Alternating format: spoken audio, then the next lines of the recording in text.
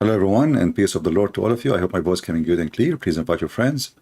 And as we promise you, if you invite a friend, we are going to contact Allah, and He will give you a holy membership with the holy website of the holy Androtids. And you can imagine what you can get as a benefit from this holy membership. First of all, you will become a Muslim. Number two, you will become an idiot. Number three, you will become the joke of a Christian prince. So if you want the membership, just let me know. You can order for it. Today our topic is about the strength of Islam. Islam is so strong, to the point if you speak against Islam, they want to kill you. To the point if you take the Bible with you to Saudi Arabia, they will arrest you. To the point they cannot let you build a church or pray to your God. But Islam is so strong. To the point you cannot preach to Muslims. You cannot tell them about your religion. You cannot tell them about belief. If you're an atheist or anything, you cannot, because Islam is strong. Because Islam is strong, we close doors, we close windows, we close the curtain, we have bars on the windows, we have, because Islam is strong, Pakistan government keeps sending YouTube asking them to block my videos. Do you see how strong Islam? Let us face it. Islam is so strong. As I know, Pakistan is a country which has nukes. You know what I mean? Like they have nukes, right? Let's show you just how strong Islam is. The Arabian Prophet, we receive a legal compliment from the government entity regarding your content. After a review, following the content was blocked. Crazy yet prophet. Do you see how strong it is? Pakistan. Those Muslims, they have a very strong religion, to the point they have a whole department of Islamic police monitoring the internet. Who is criticizing Muhammad, the strong Muhammad? In YouTube, in Twitter, the government of Pakistan, they have a file for me. And this is a strong religion according to Yasser Qadhi. Very strong. I keep receiving those complaints one after one. But the good thing, because I don't keep my videos, otherwise I will have long line. But anyway, I want to hear Yasser Qadhi tell us about the strength of Islam. In the beginning of this video, he started talking about, like, there is a person, his name is Al-Afghani. He mentioned that the Western, they took civilization actually from us. And then he said, this is not really too much accurate. We have to be honest here. We took from the Greek and we build in it, and then we give it to the West and they build in it. The fact they did not take anything from the Greek, and all the Muslim scientists, they call them Muslims, those are atheists. In fact, if you check each name of them, you will see how they get killed or tortured or they've been kicked out of the land. So the Muhammadan, anyone he become famous, they claim he is a Muslim. Anyone. When he's alive, they step on him. He's a kafir, he's a zindiq, he's a filthy, he's against Allah. A few hundred years after, they say he was a Muslim. As simple as that. I remember when I was in high school, we have like the whole section about Arab scientists. So the teacher was speaking, he put the name on in the board. He wrote Al-Khwarizmi. And Arabic, all of us, and there, Arabic is our first language. Khwarizmi doesn't make any sense. What Khwarizmi? Usually, such a word you use when you are mentioning that the person he is coming from like certain area. So it sounds like a name of an area, and he belonged there. So I said, sir, where is this is, it says Arab scientist? They said yes. I said, Al-Khwarizmi, okay, he's an Arab. What does that mean? What this word mean? He said Khawarizm, Khawarizm, Khawarizm. You look at Khawarizm in the map, you will find that this is way far, like at that time it was part of Persia. So I said, but this is how, if he is in Khawarizm, how this guy is an Arab? So they steal even the one who is a Persian, they make him an Arab. The Persian Gulf, they make it the Arab Gulf. Israel, they make it the land of the Arab. Jerusalem suddenly became the city of Muhammad. I mean, you name it. But today, Mr. Yasser Qadhi is going to tell you about some of the strong or the strongest things the Mohammedan they have in their religion. What is that? Let us hear him. Intellectual ideas. We took what the Greek had, we built on it. We handed it over to Europe, they built on it. Oh. And they went to the moon and back. Oof. They took our knowledge, let's be honest. A correction. The Prophet Muhammad, he went to the moon and came back before them, just to correct you. So even that thing is not accurate, my friend. It's a Prophet Muhammad who took the first mule with 2 wings in his... I mean, have you ever heard of a flying donkey, his wings in his ass? It sounds like a tornado. I mean, this Muhammad, he have a great imagination. I mean, look, he did not put the wings in the front, not in the middle. He put it in the ass. 2 wings in the ass, in the hips. So what are you talking about? The Western are not the first one who went to the moon. It was the Prophet Muhammad who went way behind the moon. Where moon? What moon? Nothing was nothing, you know. And all of this, all of it in 8 hours. He went to the end of the space. The end, you know. He went where Allah, he planted his tree. It's called lotus tree. A lotus tree have leaves, each one of them in the size of an elephant ear, and they are made of gold. What a beautiful tree.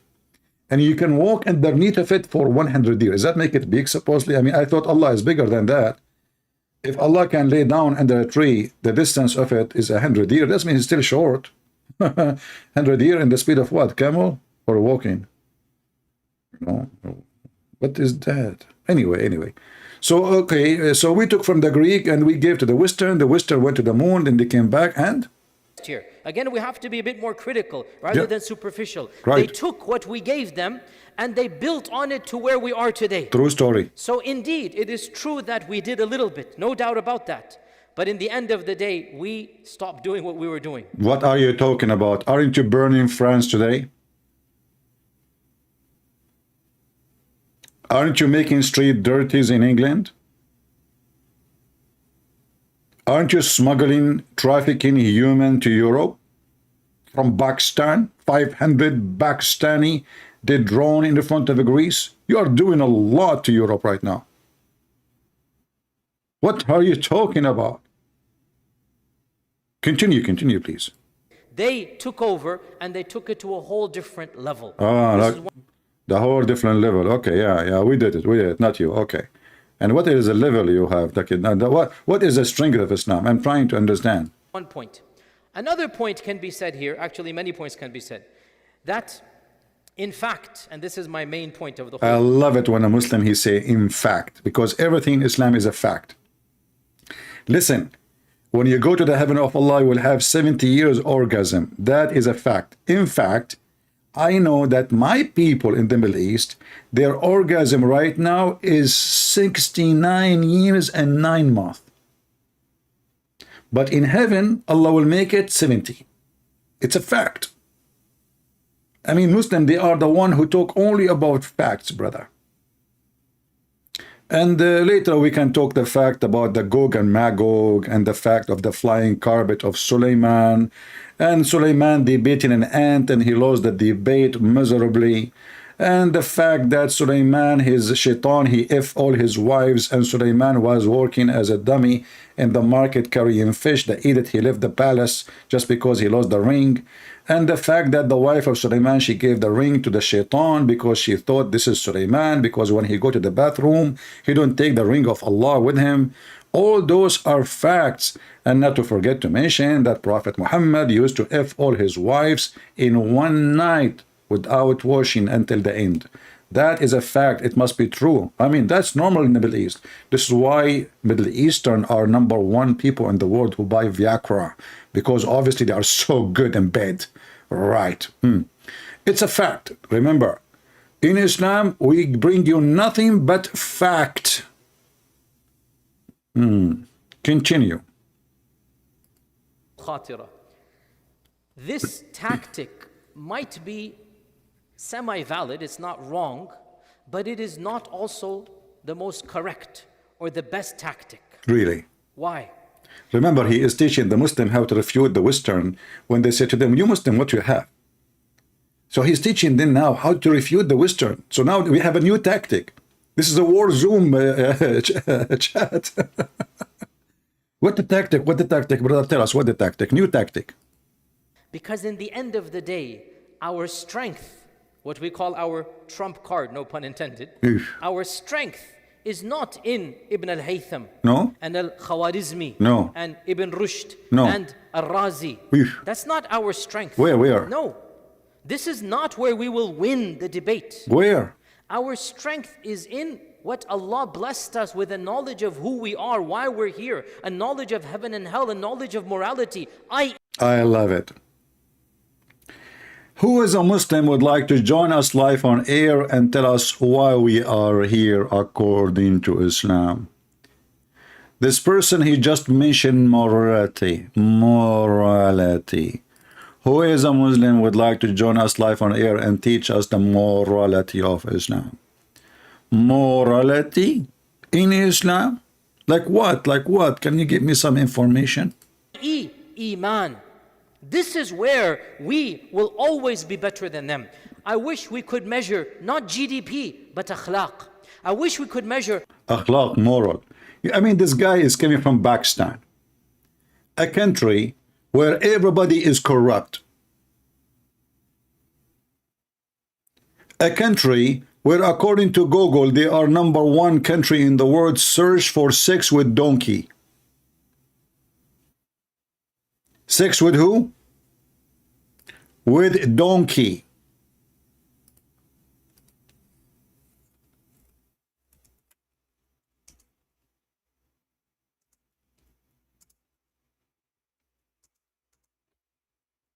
Morality.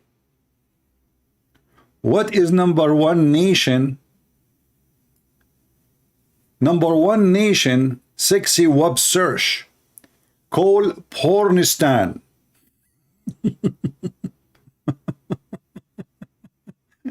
And they keep winning always the top, not like 2010, 2007, 2003, 2005, 2000. I mean, they beat everybody. Brother, this is where we win. Morality. In morality, we are in the top.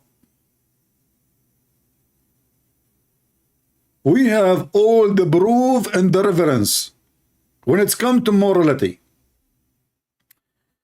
Don't remind me, your prophet, he killed. Tell me more about morality so we can just remind me of his stories. Respect to elders. Respect to elders. Prophet Muhammad, he ripped a woman, her name is Qirfa. Qirfa.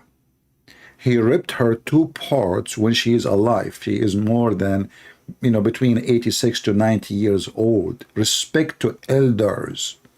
He tied her legs, the evil Muhammad, to 2 camels, and he forced the camels to run in 2 different directions, and they split her 2 pieces. Can you imagine how much Muhammad, he respect the elder, a woman, she is in the age of his grandma?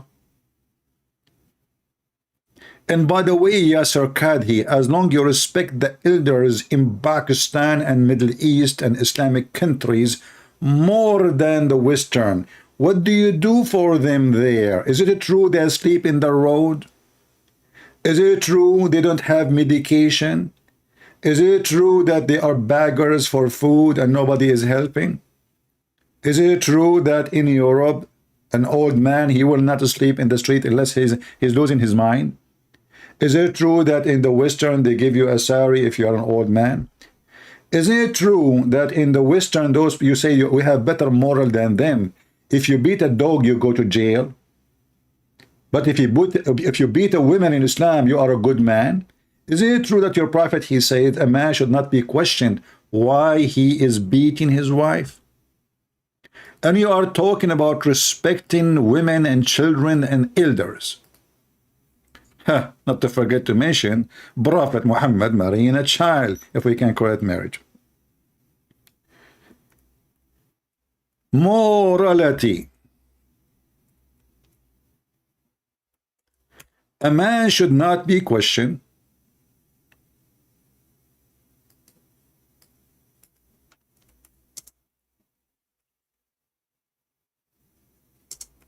Let us see if we can find the hadith. Give me a second. Invite your friends, guys. Invite. Come on. Maybe you don't want me to come every day, don't you? Are you bored of me? Just say it. Say it. You know, last time I asked people if you are bored of me, and they said yes. Do you know what I did? I came back after 15 minutes. I'm very sensitive.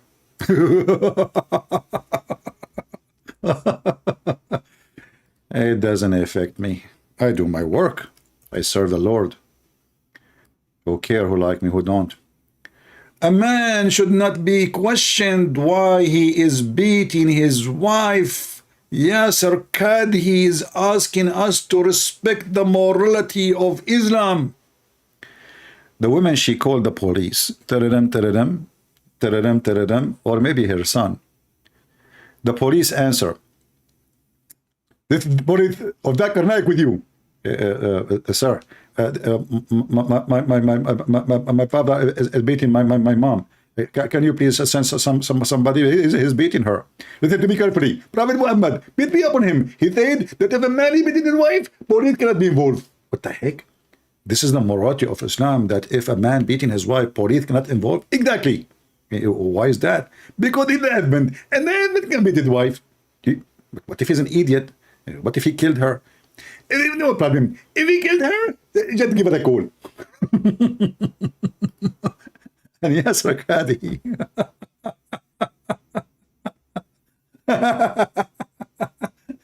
Is telling us about morality in Islam. My friend, morality is so good. The Prophet asking for the hand of a child. She is not even a few days old. She is an infant. Habiba, the morality of the Prophet. The Prophet is licking the face of Osama and say, I wish of Osama he was a girl. I will marry her.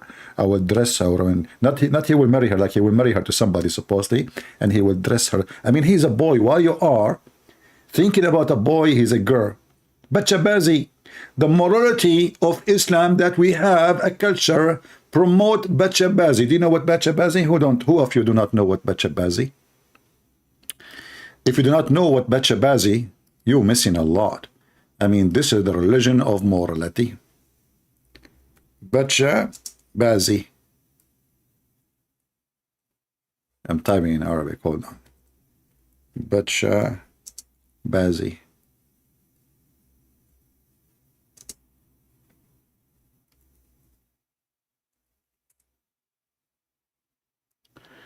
Brothers and sisters, in the country which is full of morality, they have something called bachabazi. What is a bachabazi? Listen, they are not homosexual. And Rotets, he said, oh, Muslims, they don't support LGBT. No, they don't support it, but they are, all of them, they are the LGBT in those countries. This is not, those are the mullahs of Islam. They bring little boys and they made them dress like girls. And after the party, after they dance with them, they rape them. They rape boys. Look, this video is blocked because I'm not under age, which is suitable for to see this. Bachabazi. Look, what the heck is that? What kind of... Kandahar, the homosexual nightlife of Islamic Afghanistan. Criminals. Like, if you watch the videos, you will see how disgusting it is. And then they school us about what? About morality. Morality. They are the best of morality. I mean, the Western, those are boys, those are not girls. The one you see in front of you in yellow, this is not a man. This is not a girl. This is not a female. So they claim that they are against transgender, but they are creating a huge number of population of transgender. It's a business. Morality. I don't know. I'm so confused and so confused. So convinced. Excuse my English wa, because sometimes I speak Francois. Oh boy. The morality that you are.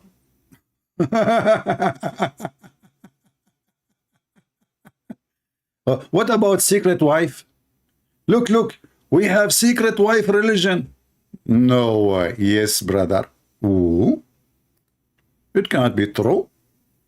Secret wife? The morality that you don't even dare to tell your wife that you want to have another wife. Not only you practice multi-bed share, like multi-women sharing in the bed, and you see, like, when somebody do such a thing, he knew it's wrong. But in Islam, this is legal. It is Islam. It is what it is, you know. And he speak about morality. So listen to this video clip here, in case you are interested. This is really Dawah. He brought a bunch of women. They are Muslims and they are hot. And how I know they are hot? Now the Muslim, they will say, look what he is saying about Muslim women. Well, if they are not hot, they will not say what you just heard. Listen carefully what they say. I'm not the one who's saying that.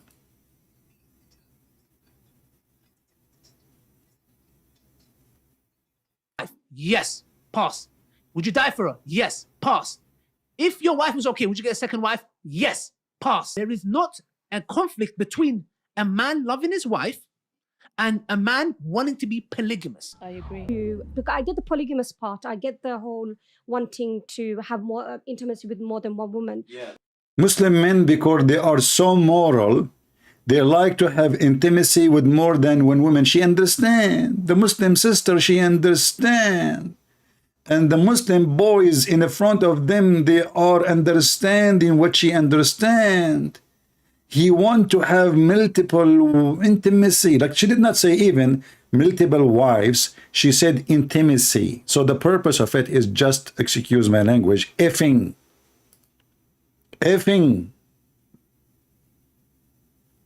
What is the purpose of the second wife and the third wife and the fourth wife? She mentioned it. Intimacy with multiple women.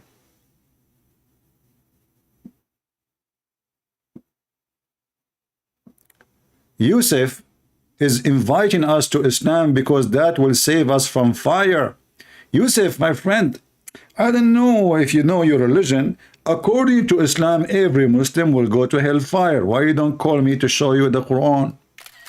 I mean, the Muslim, by the way, they give us something. Brothers, sisters, convert to Islam because that will save you from hellfire.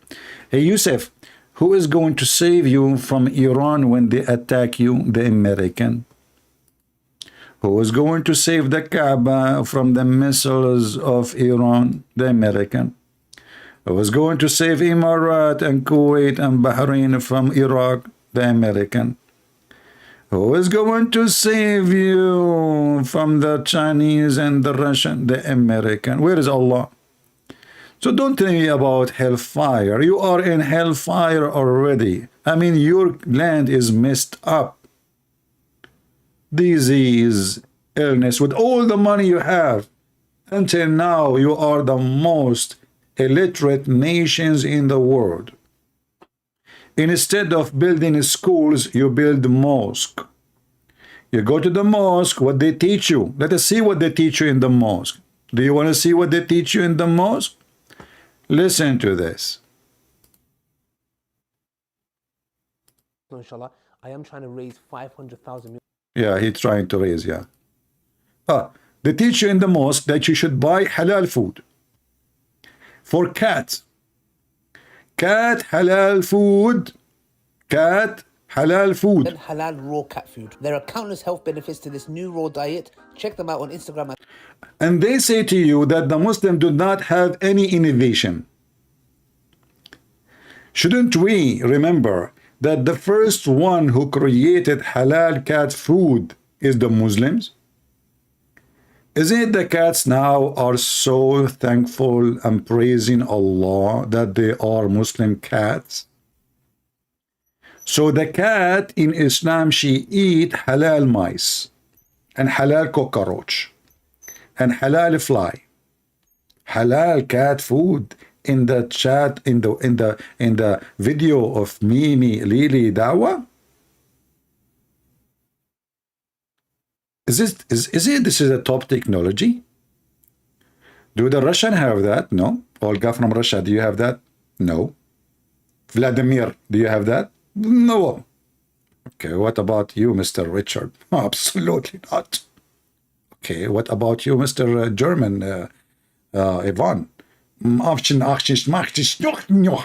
don't. Okay, translation, you don't. Okay, what about you from, from Japan, Mr. Suzuki? Okay, all right. Okay, so I didn't think, I don't know, something, Mr. Sushi, you want to say something? You agree? Okay. So Sushi agree that the Japanese don't have halal cat food. I mean, what about the Jews? Hey, Moshe, do you have anything to say, Moshe? Habibi, Christian praise, Habibi. We cannot create such a thing, Habibi, because this is halal food. We have kosher for human. We don't have kosher for animals. Are you sure? Well, I'm very sure. I'm very sure. Okay, well, you know what, Jewish boy, the Muslims, they did beat you. Look, they have halal cat food. Habibi, listen, Habibi. You want to feed the cat halal food, kosher food? You must be crazy, Habibi. Unbelievable. Yeah, somebody he liked my German. Yeah, actually, I was born in Germany. I was like, because what happened, my dad, he was hijacking an airplane in the Amazon River in Indonesia. And then, they were like somebody hunting by mistake. Vladimir Putin, so he shot the airplane, even though he was, they used to work with my dad as parrot, but anyway, by mistake, things happen sometimes. So, he like the airplane fell down, and I found myself in Bangladesh, and that's why I became a German. All right, so this is a true story, by the way. Sahih Bukhari. Don't ask me for the what, the chain of narration.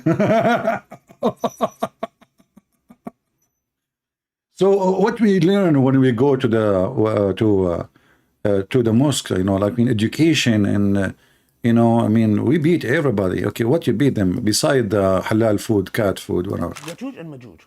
Allah subhanahu wa ta'ala talks about them in the Quran, and they are mentioned specifically in a hadith, brothers and sisters. Specifically.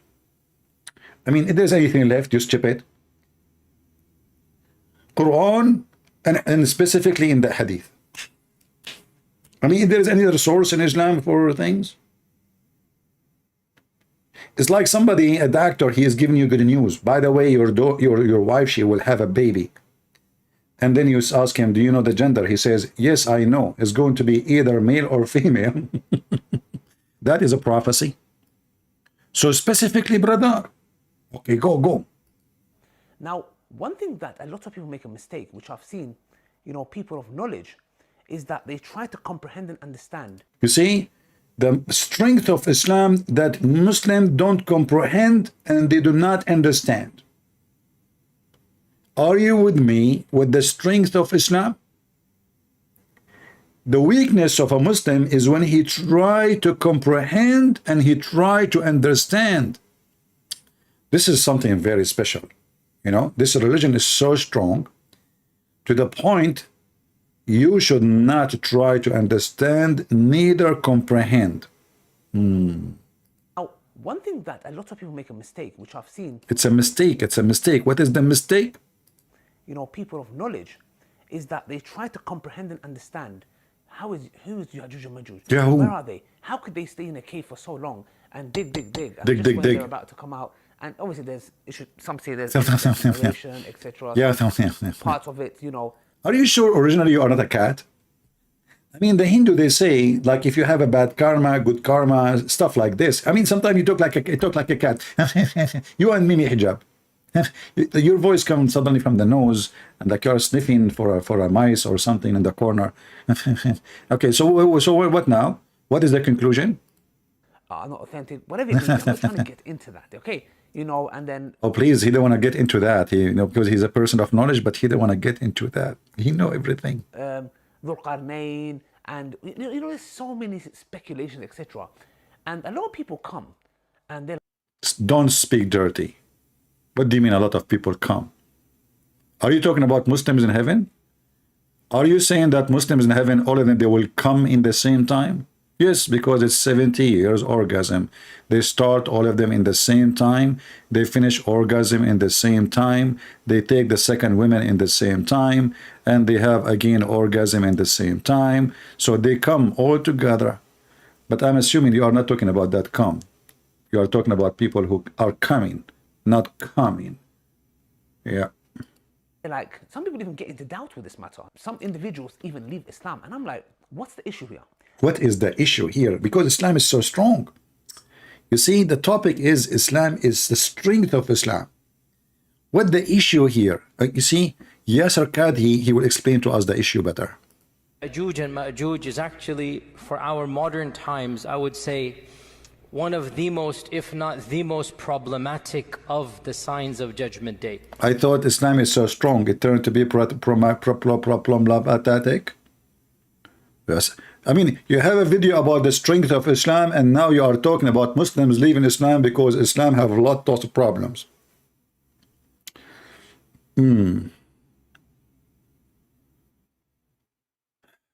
A lot of Iranian converting to Christianity. Yeah, this is not true. This is, I mean, this is not old. This is not new, sorry. This is old. This is, I mean, it's happening every day. Yeah, but this is from a long time ago, not only now. The biggest converted church in USA is Iranian church. You can search them. They have TV stations. They have radios. They are very well organized. They have, you know, hundreds of churches. Yeah. But in Iran, yeah, the number of Christians is growing so fast. But this is not only in Iran, in Syria, Kurdish, a lot of Kurdish converting to Christianity too. In Iraq, not to forget to mention China. And I believe actually the biggest country in the world who is going to become a Christian in the future is China. Christianity is spreading in China is in a speed you cannot even imagine. You cannot even imagine with all the discrimination of the Chinese. What about India? You see Modi and the Hindu parties in India, they are discriminating horribly the Christians. They are attacking their villages, burning their churches. They do the same as the Muslim in Pakistan. Yet the Christians in India, the number of them is, you know, because why they are doing that? Because a lot of Hindus converting to Christianity. With Muslims, the Muslim, they have different tactique. They do jihad, love, and those stories. Christian, they don't. Christian, they are just being a Christian with their neighbors. And the neighbors, they love Christianity and they join the faith in Christ. And that make the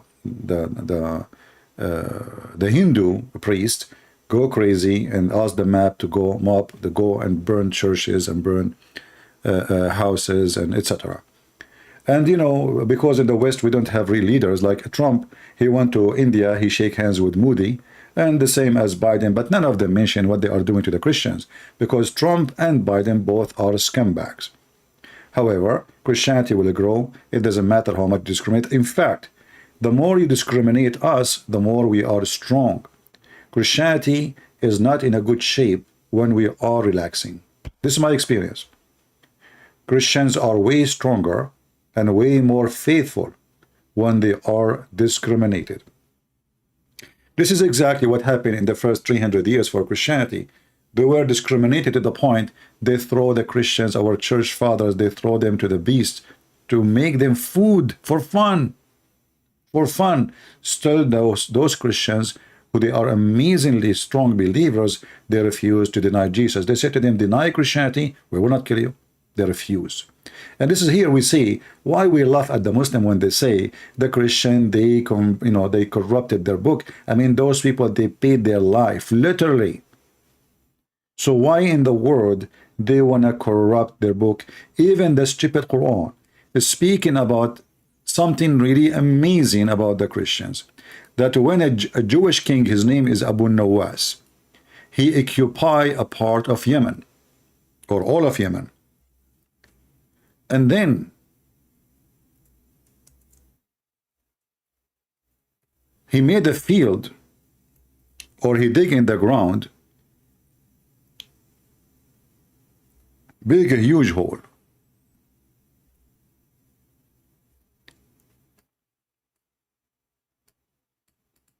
I know what's wrong with this website. Rose, now it's working.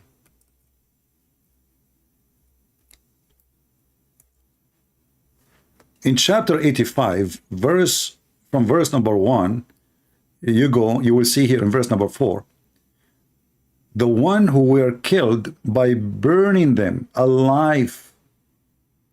Who are they? Those are Christians. So how in the world those people, they will change their Bible? They refuse to deny Jesus, and the result is the whole town were burned according to the Quran. The story is in the front of you.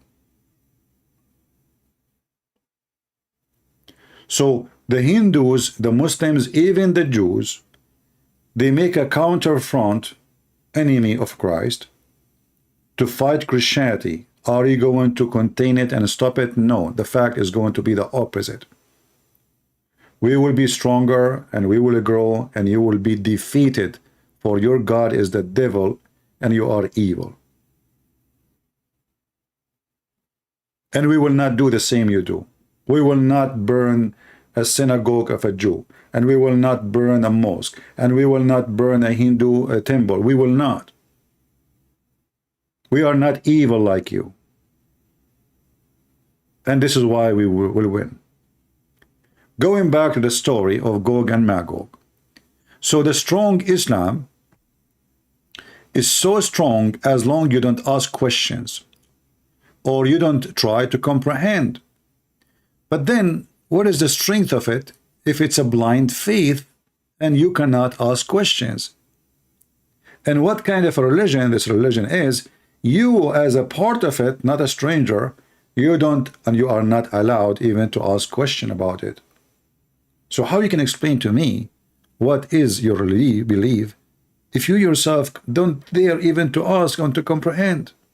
Dhul and dig, and just when they're about to come out, come once again to my channel. Yajuj and Majuj, Allah subhanahu wa ta'ala talks about them in the Quran, and they are mentioned specifically in a hadith, brothers and sisters. Now, one thing that a lot of people make a mistake, which I've seen, people of knowledge, is that they try to comprehend and understand who is Yajuj and Majuj? Where are they? How could they stay in a cave for so long and dig, and just when they're about to come out? And obviously there's issues, some say there's issues with that narration, etc. Some parts of it, are not authentic, whatever it may be. I'm not trying to get into that, okay? And then Dhul and there's so many speculations, etc. And a lot of people come and they're like, some people even get into doubt with this matter. Some individuals even leave Islam. And I'm like, what's the issue here? Let me tell you guys the crux of the matter, because there are a lot of people and a lot of individuals who've tried to make people understand this and even push the narrative of these certain ex-Muslims, that, people are leaving Islam because of this, apparently, yeah? Which I just heard one individual, and most of his reasons were because, he couldn't have intimacy with a lot of girls or something along those lines. Okay, I don't think it was this issue at all, yeah? It was more of his desires. The point is this, that we fall for this, and then what we try to do is, in return, is like, I know, let's try to bring it down to a logical level and try to explain it in a logical way. Now, I've seen many people do these videos, okay? Many people, one of those was Dr. Qadhi. The thing is now, it's Ramadan. I'm not here to talk about anybody, etc. Okay? I don't want to make anything to ruin my fast, my Ramadan, etc. All I'm just saying is, obviously, there's a lot of things I don't agree with Dr. Qadhi, and there's things I agree with. Yeah, the drama is, So, Islam is very strong, and Islam is very good, and Islam is wonderful. And Islam, as you can imagine, it's the most strong faith on earth. But people leave Islam the second they ask questions. Actually, for our modern times, I would say one of the most, if not the most problematic of the signs of Judgment Day. And it has caused many of our youth to question, to doubt. I myself have met people that have actually left Islam because of these types of tales. And we have to be honest and frank and not pretend as if this doesn't exist. Perhaps some of you are not accustomed to hearing people speak like this, but my philosophy is different. We are dealing with the crisis of people leaving our faith, our own children, our own young men and women. And of the reasons why is that we are not answering some of these issues that they bring, and we dismiss them. The issue of Ya'juj and Ma'juj is something that doesn't just occur in the hadith. It is explicit in the Quran. Standard medieval interpretation of Ya'juj and Ma'juj is the following. This is what you find in Ibn Kathir. You find it in the tafsir literature of As-Samarqandi and of Al-Tha'labi. And basically, this is the mainstream interpretation for our classical and middle ages of Islam. If you look at any book of tafsir, any book of history, the notion was the following. Ya'juj and Ma'juj are a bizarre, exotic tribe in the nether regions of the world that have been trapped by Dhul Qarnayn thousands of years ago, and they're still trapped to this day. That Ya'juj and Ma'juj are a living tribe, blocked to this day behind the wall that was built 4,000, 5,000 years ago. That wall miraculously is still there. People can see on the one side, and on the other side you have these savages that Allah knows how they're eating, drinking, replicating, whatnot, and they're still there for eons and eons and eons. Dare I say, anybody who knows science and geography and modern civilization cannot believe that there is a tribe for 4,000 years trapped behind a wall. I mean, so he's admitting that he's a prophet is a fraud. There's a guy, his name is Yusuf. He's saying, can he call me? For sure, you can call me, my friend. Just text me in Skype. I will take your call right away. Just text me. I will call you. So, are you going to believe he's saying to you? Are you going to believe in all the poo-poo Muhammad he mentioned in the hadith? Remember everything he just said now. He's debunking every statement Muhammad he said, because it's Muhammad and the Quran said there is a dam. There is a wall. The wall even built from, from iron and copper. He's saying now, with all the science we have, who in the world want to believe in this? And imagine this guy is the same guy in the other video speaking about the strength of Islam. So the strength of Islam is people live in Islam. Why? Because who in the world want to believe?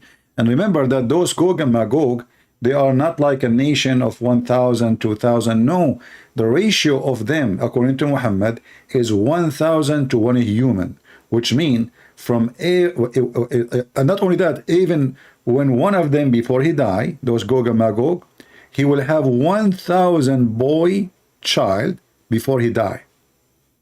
So if they are in the time of Muhammad, they were 1,000 to 1 human, their ratio. And then you calculate the number, that each 1,000 of them, he will make 1,000 before he die. So what the ratio by today will be? Billions of trillions. Billions of trillions. Where we can find them? We cannot find them. The story is a fiction story. Muhammad is a madman. Years ago, that wall miraculously is still there. People can see on the one side, and on the other side you have these savages that Allah knows how they're eating, drinking, replicating, whatnot, and they're still there for eons and eons and eons. Dare I say, anybody who knows science and geography and modern civilization, you cannot believe that there is a tribe for 4,000 years trapped behind a wall. I mean, if you believe this, that's your position. I cannot believe it. I'm just being... I cannot believe it. And then, brother, the Islamic strength is getting even more powerful. Yasser Qadhi should be shut down. His channel should be shut down. He should never be allowed to open his mouth. Oh, wait, what are you talking about? Brother, are you serious? What? What you just said? Shut down his channel. Shut down. Should be shut down. His What? Qadhi should be shut down. His channel should be shut down. He should never be allowed to open his mouth. Qadhi should be shut down. His channel should be shut down. He should never be allowed to open his mouth. Siyasar Qadhi should be shut down. His channel should be shut down. He should never be allowed to open his mouth. Why? Is that because Islam is so strong, or the more he talk, he is exposing the stupidity of Islam? So now, instead of saying, you know, okay, his guy, I mean, the Muslims are honest people, by the way. Why he's upset? Because that guy is saying what he should not say. This is what he's saying. He should shut down. Or shut up, you idiot. Shut up, you stupid son of Mut'a. You are telling everybody that this is impossible and this is stupid. What's wrong with you? Siyasar Qadhi should be shut down. His channel should be shut down. He should never be allowed to open his mouth. What about you? Should you be allowed to? I mean, there is tons of videos of you hilarious. About Islam. Wallahi. Wallahi. This person is a disaster that has engulfed this ummah. When you do a deep dive is when things get very, very awkward and difficult. No. If you want misguidance, listen to Yasir Qadhi. The preservation of the ahruf, is it 1, is it 3, is it 7? Yasir al-Qadhi, I accuse you. You are worse than the layman people. Isn't it, this is the same guy, I forgot his name, the one who was kicked from Azhar University because he was, anyone remember his name? Anyone knows the name of this guy? Because I saw him in the park in England. There's a guy, originally he is from Syria. I don't want to say without being sure. He was kicked from Al-Azhar because he was a homosexual. If somebody knows his name, let me know, please. So all of them, they make poo-poos. And you know the Muhammadan, they take opportunity to bite each other. They love to bite each other. That's why Muslims don't trust Muslims. When I was in high school age, I go to Muslim houses. You know, kids in my age in the school.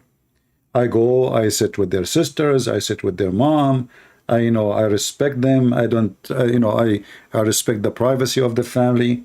But if somebody is a Muslim from the same classroom, he come, all the sister will hide.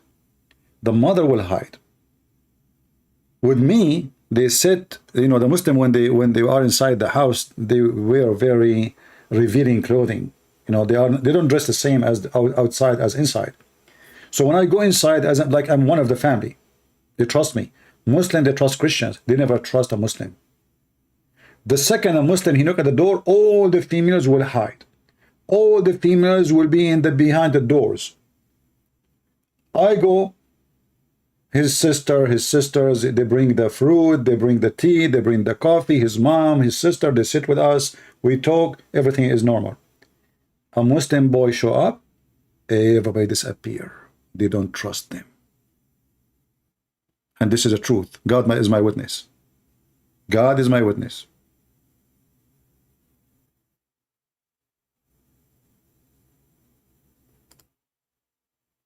Tell us more.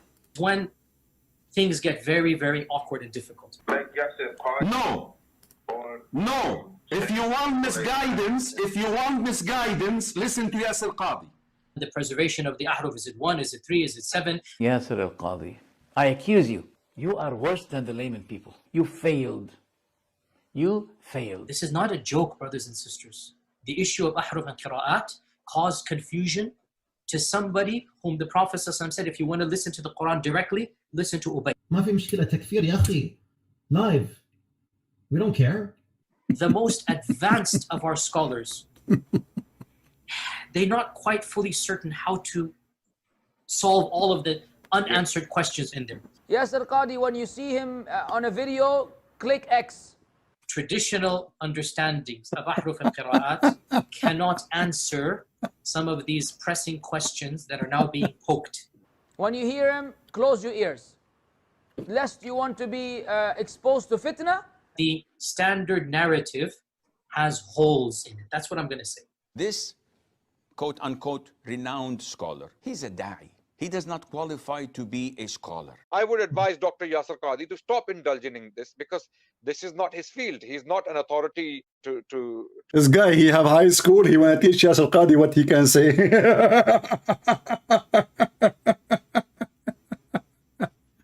Especially this guy. This guy, he in the speaker corner, he told some Christians, is that the language of a Christian? He say this to Muslim women, suckle me, are you stupid? She is the one, she said, that Jesus was playing with his mother boobs. Your sister was a whore. I respond to her, I said, in fact, it's your prophet who said to me to say to you, suckle me. So the coward, he don't dare to debate me, because we get them busted in everything they say. Like he made a video about how the Quran knew that the Pharaoh exists in this time, not at that time. So I made a video about it, and I made him shish kebab. And since then, the guy is so crying. Anyway, so now Yasir Qadhi is a poo-poo and you are the doo-doo. You are the doo-doo, not the poo-poo. To say, if I were to give you a blank mushaf, yeah, and tell you to write what is munazzal verbatim from Allah into that mushaf, with no human interference, would you write something which corresponds? It's not an easy answer. It's not an easy yes or no. I think this should be an easy yes or no, though. Yes. You see, this is what it's cheating code. You know, cheating. So Mimi Hijab now, he's trying to make him say, "Come on, say yes, easy answer. Come on, you know, you can't. What are you doing?" I think this is an easy answer, yes or no. Come on. He's telling him what to say. Yasir Qadhi, you know, he's not a kid like them, so he is not going to change his mind. This is not an easy answer, because we know that there's a hole in the narrative. So the stupid Mimi Hijab, he insists to ask the question. Yasir Qadhi told him, don't ask this question in public, in the video there. And the stupid Mohammed Hijab, actually, what happened? After he had this interview, he deleted the interview. And what happened, there is an ex-Muslim, he was watching, he took a copy before he deleted. And then he published it again. And he spoke about why Mimi Hijab, he deleted the video. They thought if they delete the video, nobody will notice. That's it. I mean, we take it off. Before everybody noticed what happened. But by taking the video, actually, that even make more attention for the video. And now everybody speak about the hole in the narrative. And not to forget that the miracle of the Quran is debunked. May be staying in Islam for the right reasons. How? One of the reasons I accepted Islam was the scientific miracles. I'll be honest with you. And now we know that this whole scientific miracles was absolute nonsense, not totally nonsense. Then he made another video. He is so upset, saying yes, it is not. There is no scientific miracle. Miracles in the Quran got debunked. And for some odd reason, funnily enough, like as if they thought that it was a slip of the tongue. I'll repeat it again, very carefully. The scientific miracles argument in the Quran got debunked. Yeah? I hope my tajweed was on point. So what is left? What is left? I mean, Gog and Magog debunked. The flying carpet debunked. Muhammad is born 4 years after his father. Debunked that he claimed to be, he is from Abraham and from Ishmael. Because we do not know even who is the father. Muhammad, he went to Jerusalem, debunked. Muhammad, he went to the seven heaven, debunked. Muhammad, he did not, you know, Muhammad, he spoke to his God, never spoke to Allah, debunked. So, I mean, what is left? The strong Arabic language in the Quran, debunked. The history in the Quran is a shish kebab. Like Mary, the sister of Aaron. Right? Can you post your full debate against Omar? I don't know who is this guy. I have thousands of people, they call me. I don't remember their names. Anyway.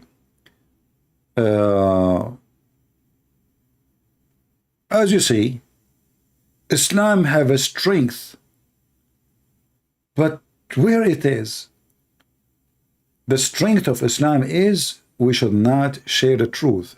Without lies, Islam dies. So they were lying to you for all those 20-25 years about scientific miracles of the Quran.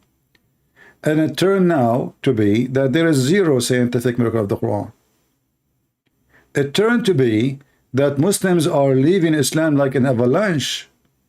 Why? Because the stories of the Quran, not only it does not make sense, it is so stupid. It's so dummy, to the point even a dummy person cannot believe in it.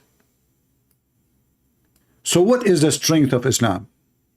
If there is anyone here dare to call me and tell me what is the strength of Islam, what is left? Even in the sword, they are strong. What sword?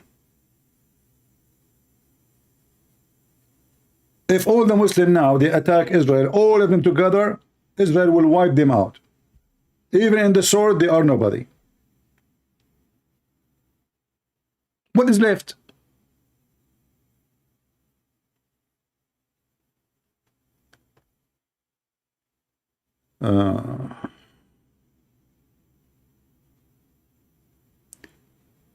The guy said God regretted for creating mankind, so has not all knowing. Well, my friend, this is a stupid argument, because when the Bible speaks about regret, that's God speaking about that he is sorry for a human being for what he did to himself. And we can't find a similar story in the Quran, but Muslims are ignorant. Anyway, if you have somebody, a Muslim, want to ask me the same question, let him call me so we can laugh at the same question or any other question. All Muslims are welcome to call me, and all of you, I challenge every Muslim, by the way, who call me, and he can record the argument with me and post it in his channel. I challenge them all. I would love to see every Muslim who call me to download the video after he called me and post it everywhere and let everybody be the judge. You know, if Christianity is funny, they will laugh at us. If Islam is funny, they will laugh at Islam. No problem. Just give me a call. So what is the strength of Islam? Anyone can tell me? Muslims themselves, they cannot find the strength. Ask no questions. Chapter 5, verse 101. Verse 102 says, because the similar questions people before you, they asked them, and they left the faith.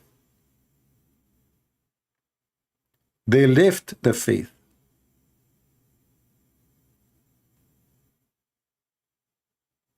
Anyone, any Mohammedan, he would like to call us and join us, feel free. I want to see if you Muslims can stand it and stay as a Muslim after you call me, and bring all your ability in the fight. Even you can call with a team, like not one, not two, not a normal team, like, you know, you can call Zakir Qadhi and let him join us. You can call someone funny like Zakir Naik. Bring whoever you want. I never say no to anyone. But don't bring me a Muslim woman. Do we have any Mohammedan there to call?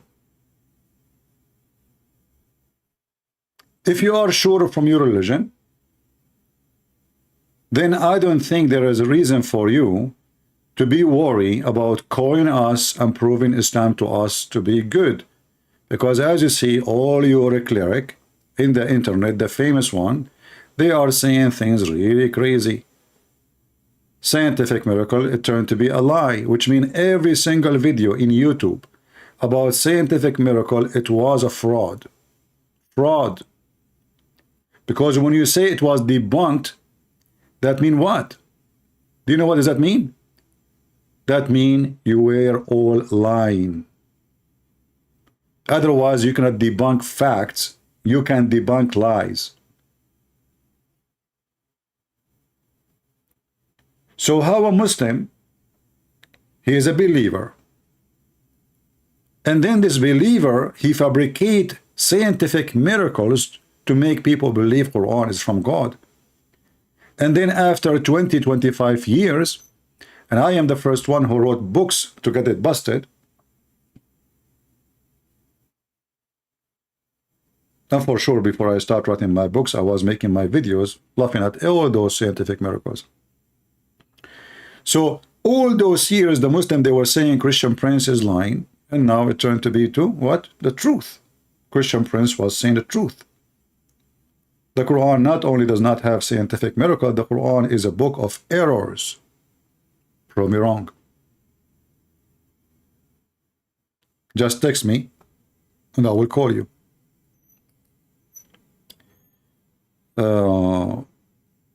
May I call you about contradiction in the Quran? No, I want Muslims, my friend. I want Muslims. Only Muslims. I want Muslims. Please, if you are a Muslim, text me. If you are not, then there's no need. So let's listen to more and see how Islam is collapsing. Modern civilization, you cannot believe that there is a tribe for 4,000 years trapped behind a wall. I mean, if you believe this, that's your position. I cannot believe it. I'm just being, I find this very difficult to believe. So what does that mean exactly? This is not only about you believe or not. This is about Muhammad being a liar. Yasser Qadhi in the mosque. I don't know why the Muslims get upset from me, but they go to the mosque saying to them Muhammad is a liar. I agree with him. He just said, if you believe that there is a wall and there is people, behind that wall, you want to believe in that, this is your business. Me, myself, I cannot believe. Right? Me, myself, I cannot believe. But all these stories are authentic from Muhammad himself about the wall, and even Muhammad, he claimed that during his time, he woke up and he was terrified, horribly terrified. Why? Because Gog and Magog, they open a small, tiny hole in the size of his finger in the wall. Do you see it? He starts shouting, screaming, saying, "Away to you, Arab, from what is coming to you. Away to you, Arab." Read it.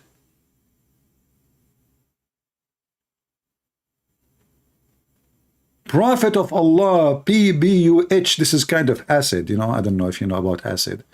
Like if you do chemistry or stuff, I do a lot of chemistry. Like I receive a lot of chemistry email from Muslim women. They say to me, like one of them, she said to me, "So what if your voice is so sexy? I hate you, I hate you, I hate you." And this is PHU B whatever something, chemistry. So like like I hate you, a lot of hate.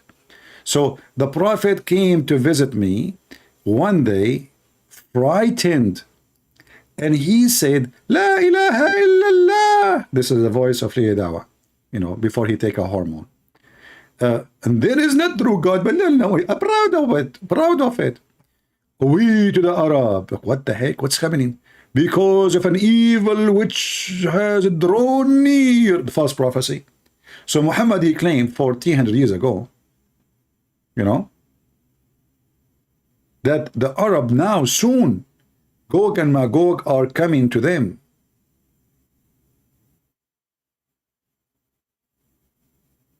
And now we see nobody. And Yasser Qadhi saying, if you believe in that, if you believe really there's those millions of people behind the wall, well, it's up to you. For me, I cannot believe in the poo-poo of Muhammad. That's what he's saying. Otherwise, any Muslim is welcome to call me and tell me what he meant. Did he mean something else? No. Listen to it carefully. He made it so clear. If you believe in that there is those people behind the wall, this is your business. I don't believe in that. Behind the wall that was built for our classical and middle ages of Islam. If you look at any book of tafsir, any book of history, the notion was the following. Ya'juj and Ma'juj are a bizarre, exotic tribe in the nether regions of the world that have been trapped by Dhul Qarnayn thousands of years ago, and they're still trapped to this day. That Ya'juj and Ma'juj are a living tribe, blocked to this day behind the wall that was built 4,000, 5,000 years ago. That wall miraculously is still there. People can see on the one side, and on the other side you have these savages that Allah knows how they're eating, drinking, replicating, whatnot, and they're still there for eons and eons and eons. Dare I say, anybody who knows science and geography and modern civilization, you cannot believe that there is a tribe for 4,000 years trapped behind a wall. I mean, if you believe this, Yani. Okay, but Yasser Qadhi, I mean, do you believe that Muhammad, he went to the seventh galaxy in the top of a flying donkey? As long as you are a person who speak about science and you claim to be an engineer, at the same time you are a sheikh, and the Prophet, you know, he was in his bedroom, and then the donkey came to his room, and he knocked at the window, and then when the angel, he tried to put Muhammad in the top of the donkey refused to receive Muhammad in the top of him. The Jibreel, he said to the donkey, aren't you ashamed of yourself? The donkey looked at Jibreel, says, what the heck? Why? He said to him, don't you know who's this? The donkey, he said, who is this? Jibreel, he said to him, this is Prophet Muhammad himself. And then the hadith says that the donkey was so ashamed of himself. Imagine yourself, Muslim, listen to me. Imagine you are the donkey. I don't know if you need to imagine that, because already you are in that state. Believing in those stories, you must be a donkey. So imagine you are the donkey who come to carry Muhammad, and now you refuse to let the Prophet to sit on top of you. How embarrassing for you.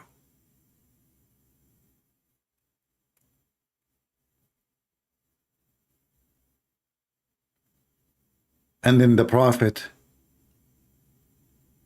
when he heard this conversation between the angel Jibreel and the donkey, he felt so proud.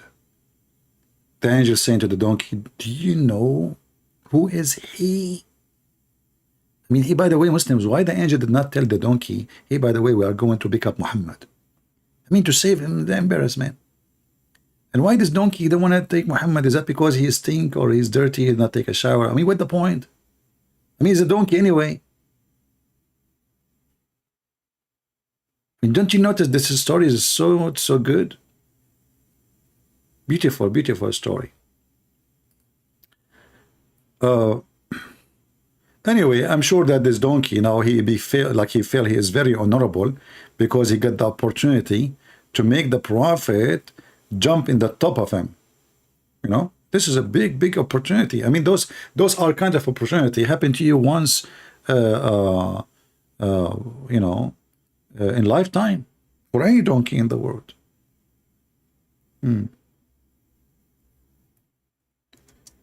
I don't know. I have to say that Islam is so strong,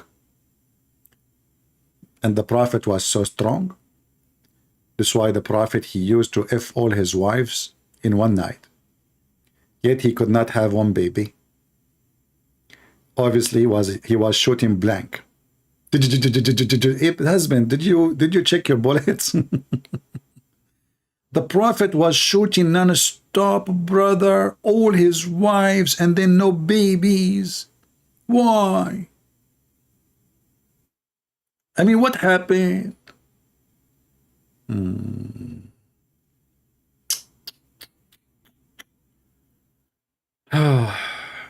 don't know. And then the Prophet with all his stories, which all of them proven to be true. Like, you know, first time when I saw this hadith about the donkey refusing the Prophet to jump on him, I said here, there's some honesty in this story. Because why the Muslim, they will say, even donkey don't want to have Muhammad to get close to him. Why? You tell me. Listen. Al-Buraq was brought to the Prophet. See, in there his name was B-H-U something. Here is S-A-W. I mean, sound like Sadhguru. Depend on the location. When he is making a lecture with the blonde women in Los Angeles, he dressed different and he have a different perfume. When he is in India, he said differently and he dressed differently and he have a different makeup. But anyway, just forget about Sadhguru. Sadhguru is just another fraud like Muhammad. But Sadhguru is a smarter one, you know, like he says stupid things like love is not exist. And then he said, my wife, she loved me. Love never exists. Do your wife love you? Absolutely. What the heck? You just said love never exists. Do you love your wife? I love my wife. And then in different place he said love does not exist. It's not real. Anyway, just let it go. So the Buraq was brought to the Prophet. Here you notice something very important, by the way. Something very sensitive information. You will notice that the Buraq is brought to the Prophet. Not the Prophet was brought to the Buraq. I mean, do you see how strong the story?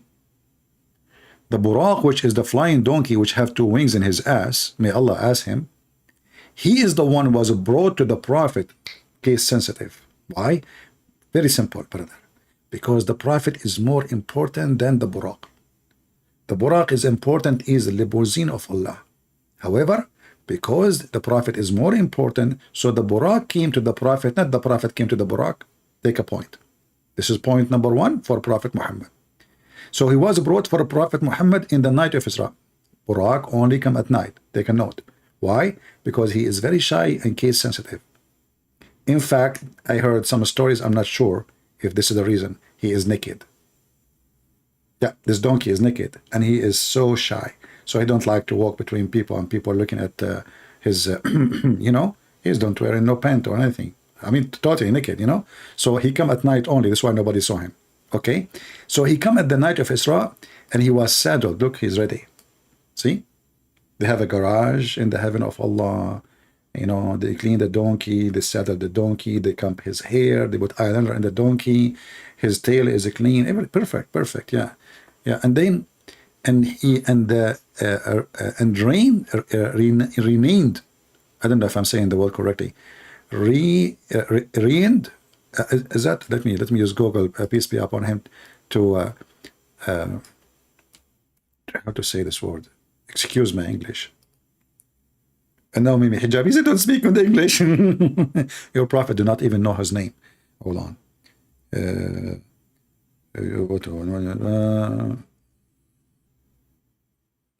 All right. Rain. Rain, the same as rain? How is that will work? I don't know. Anyway, so the donkey simply, and then, but he shied. He shied. What the heck, those words, I never heard of them before. He shied. He shied from him. Shied from him. Yeah. So the donkey, he don't want to like, ooh, you know, the donkey, he don't want to like the Prophet to get close to him. And, you know, he want to like stay away. So he is shy, like, you know, like he don't want to get close to Muhammad. And then so Jibreel said to him, is it from Muhammad that you do this? Huh? By your Lord, there is no one more honorable than to your Lord than him. Brothers, those are true stories. It is documented, it is true, and there is witnesses. Jibreel and the donkey, two witnesses is enough in the court. Not to forget to mention Prophet Muhammad himself is equal to 1,000 liars.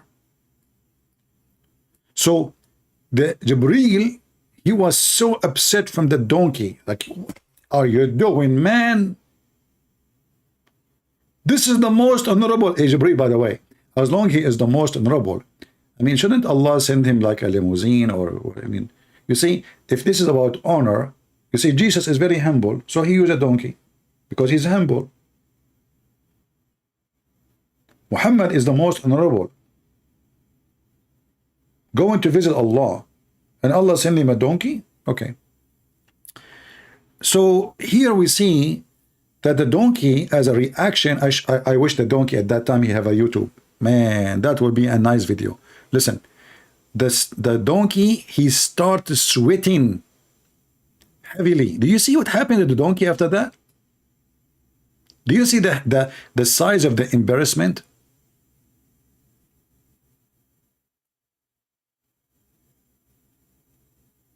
So imagine Ali Dawah is the donkey coming to pick up the Prophet. And he did what he did. And then the angel Jibreel, he screamed at him, saying to him, shame on you. The donkey starts sweating his ass.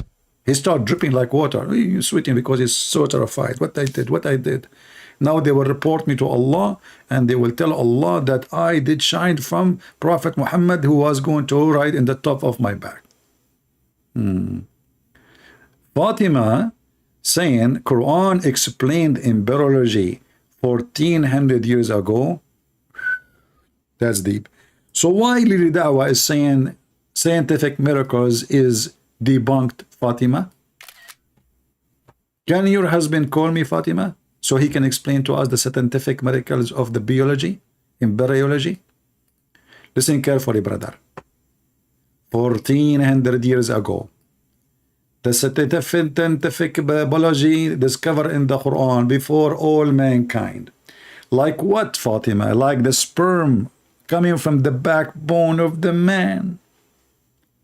And women, they have a sperm coming from their ribs. Do you have a sperm, Fatima?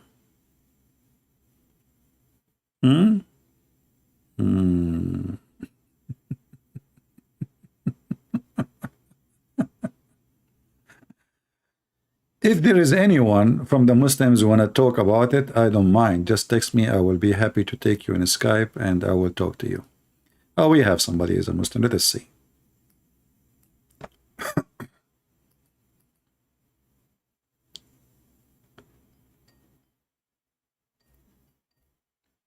I hope he will answer.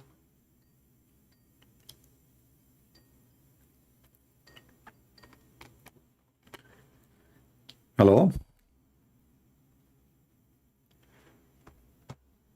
Hello? Yes, I hear you. Go ahead. Are you going to run today too? Well, you are the same person. Each time I ask you, you give me an answer. You get your prophet busted, and I'm done with you. Why are you running from a woman? Just be a man. And because you are stupid. You know what? You insult me stupid. You insult me half brain. Okay, isn't it you? Isn't it your prophet who said you are half a brain? Is it me or your prophet? My prophet didn't say anything. Okay, I will put the hadith in front of you, as long as this is what you said, and then you read it and you tell me if he said that you are half a brain or not. Is that all right? I don't follow hadith. I follow only the Quran. You cannot follow the Quran only. You see, you said my prophet did not say that, and now you say you want to follow only the Quran. So how you asking me, how you say to me my prophet did not say that, what your prophet say is not going to be in the Quran? Are you stupid or what? What your prophet said is his said. Listen, you're stupid. That's why I say you are stupid. I say to you, your prophet said. You said to me, my prophet did not say. I say, let me show you the hadith. You say to me, I don't follow the hadith. But we are talking about what the prophet said, not what Allah said. So you are stupid again. Go ahead. What do you want to say? Okay, so you telling me I'm stupid. Did the prophet said I'm stupid? Yes. Did the prophet say that? You insult me. Use the S word, Yes. you know? Yes. You know why I never insulted you back? Because my religion taught me manners. Your prophet teach you to call me an infidel, pagan, sick, a pig, a liar, the worst of animals, the worst of creatures, monkey. So don't tell me we don't insult the Christians. All your religion is based on insulting the Christians, and we can go to the Quran. But hold on. I want you to read with me what your prophet said. Your prophet said that Muslim women, they have deficiency in their wisdom and their intelligence. Do you see the screen? So you want me to believe something that was written after his death, 200 years after his death? So are you saying to me that you Muslims don't accept what the Muslim they wrote after Muhammad about him? Allah describes the Muslim, those Arabs, as some of them the worst of creatures. Okay, so you just said we Muslim, we've been ordered to respect everybody, and now you are saying the Arab, and I am an Arab, we are the worst of the creatures. Allah says, you are asking me Muslim road, and I say Allah says. So Allah, he can insult us, and you can repeat the insult, and you are racist because now you are insulting, and now you are insulting me. I'm an Arab. Just because I'm an Arab, you are saying I'm the worst of the creature. Thank you very much. What is your nationality? You are from Afghanistan? I'm saying the Quran says, Allah says in the Quran that some of the Arabs are worse of disbelievers. Okay, They're asking but Allah okay, saying, but why you don't want to tell me why you said you reject what your prophet said, and you said to me things which is written after Muhammad that we don't accept, but everything you have is written after Muhammad. Listen, is the Quran was the Quran written before Muhammad or after Muhammad? Allah says, Was the Quran written after Muhammad or before Muhammad? Allah says, Was the Quran written before Muhammad or after Muhammad? during his time, the Quran was revealed during So why his you time. call the Quran of Uthman if this is during his time? It was his time. It was reviewed. So why you call it, what do you mean reviewed? No, because everybody have his own Quran. There's many Qurans. Listen, Uthman, he burned all the Quran, and you don't have a single Quran of them, including the Quran of Uthman. And even the one we have now, it is coming from a guy, his name is Hafiz. He exists 200 years after Muhammad. Is that true? Nothing like that. Don't, please, if you don't even understand your Bible, how do you even understand the Quran? Well, What you just said, this is a good point. Listen, guys, a Muslim woman, she is saying to me, if you don't understand your Bible, how you can understand the Quran? So why you're a stupid prophet? Allah asked him in the Quran, if you don't understand the Quran and your religion, go to Christian Prince. Allah didn't say that. He said that in the Quran. He said in chapter 10, verse number 94, you stupid Muhammad, if you don't understand your religion, if you have a doubt about your belief, go and ask Christian Prince. Read the verse for me. Go ahead. Okay, can I respond? Let me give me the verse. I gave you the verse, chapter 10. I forgot, you are half a brain. Chapter 10, verse number 94. And I can open any translation you want. What translation you like? We have shish kebab translation. We have hummus translation. We have falafel translation. All of them are falafel anyway. So tell me which one you like. We'll put it for you on the screen and people would die laughing.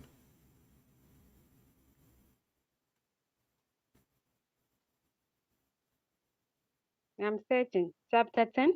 While you are searching, it's chapter 10, verse number 94. Let me go stop. Chapter 10, verse 94.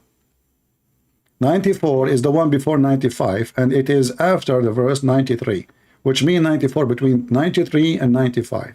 96 is after 95, but 94 is before 96, and 95 and 94 is between 93 and 95. I hope I make it more clear for you.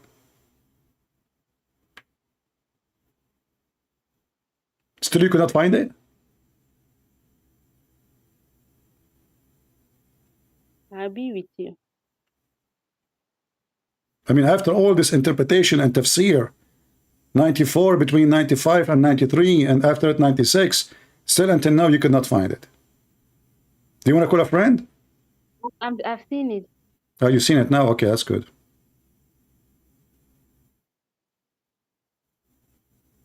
Okay, so if Allah says, was Allah talking to the Christians? No, he was talking to the Hindu. He's talking to Muhammad.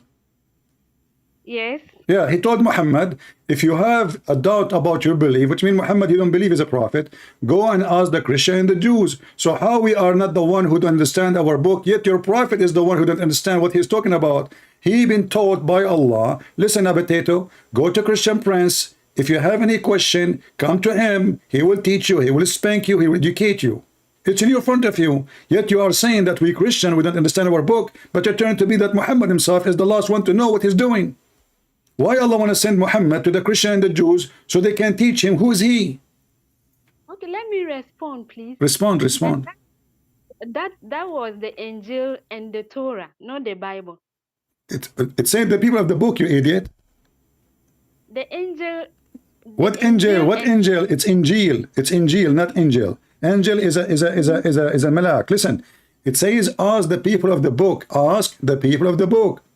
The people of the book. It's us. It is the human. It's not the book. It's not the book. Ask the Christians and the Jews. I'm saying the Jews people, they've hidden. I don't have time for stupidity. Sorry, I cannot handle you. Thank God I am single. Otherwise, I would commit suicide. Oh boy. Oof. You Christian do not know your Bible. You do not know why you are calling me half a brain. Your prophet called your prophet. I don't believe in what they say about the prophet. He said. So what Islam is about? They deny what the Quran say. They deny what the Tafsir say. They deny what the Hadith says. So what is left? Brother, Islam is strong. But Hadith is da'if. Quran is da'if. Tafsir is da'if. Muslim are da'if. So who's strong? And they send me a woman. There's a billion Muslim man. They send me a female.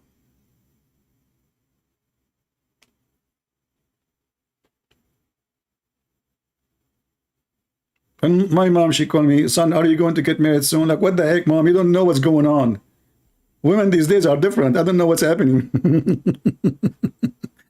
I guess it is the ice cream they are eating these days. I don't know. But not all women, for sure. I'm just joking. I mean, those crazy, unbelievable. And especially this woman, she keep calling me, and she will call again. It's a curse.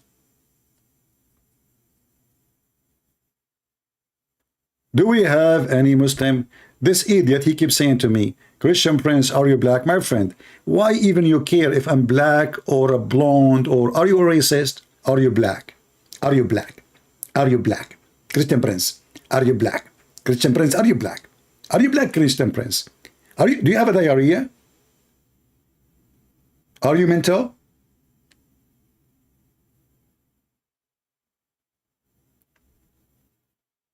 People who ask about color are only the racist, because they don't see you as a person, they see color only.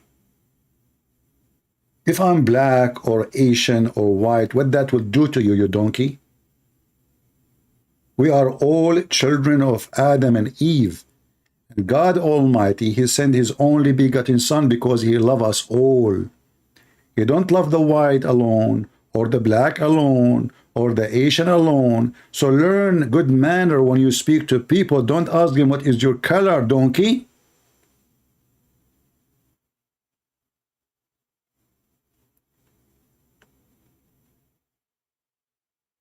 Only racist, they see color. Only racist. And there's a lot of them.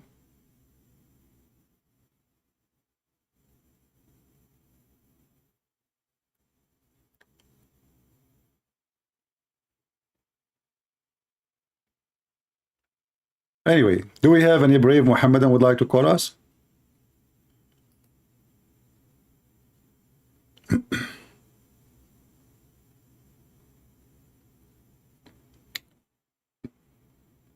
Anyone?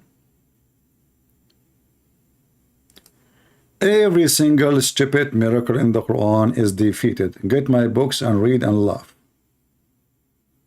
And soon, actually, I'm going to publish my Quran and Science 2nd edition in Amazon, so you can have it, because people are asking for it for long. Any Muhammadan? What a drama! What a collapse of this cult! You see those people? It's like God is great, God is amazing. Sometimes you ask yourself, okay, why the Lord allow those people to grow? Like, they became famous and etc. It sounds like there is a moment where those famous ones, they will drop their poo-poo over the devil. And the more they grow, the more the poo-poo will become like a big, huge nuke.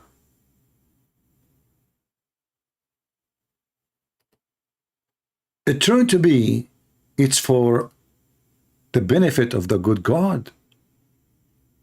He let them grow.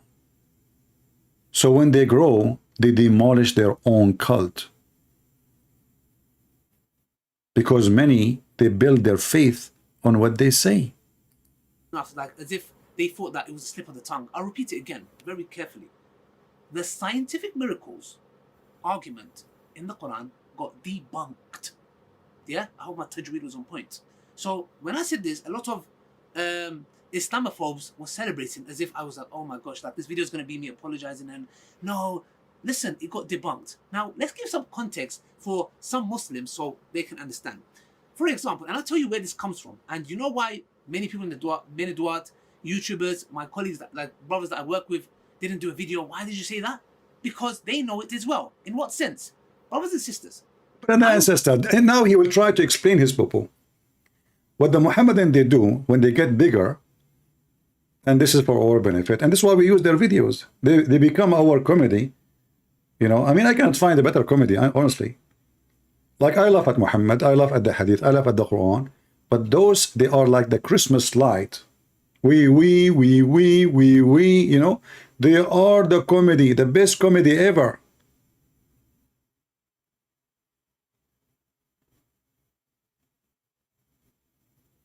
Only stupid one will accept for a second anything to do with science and his belief.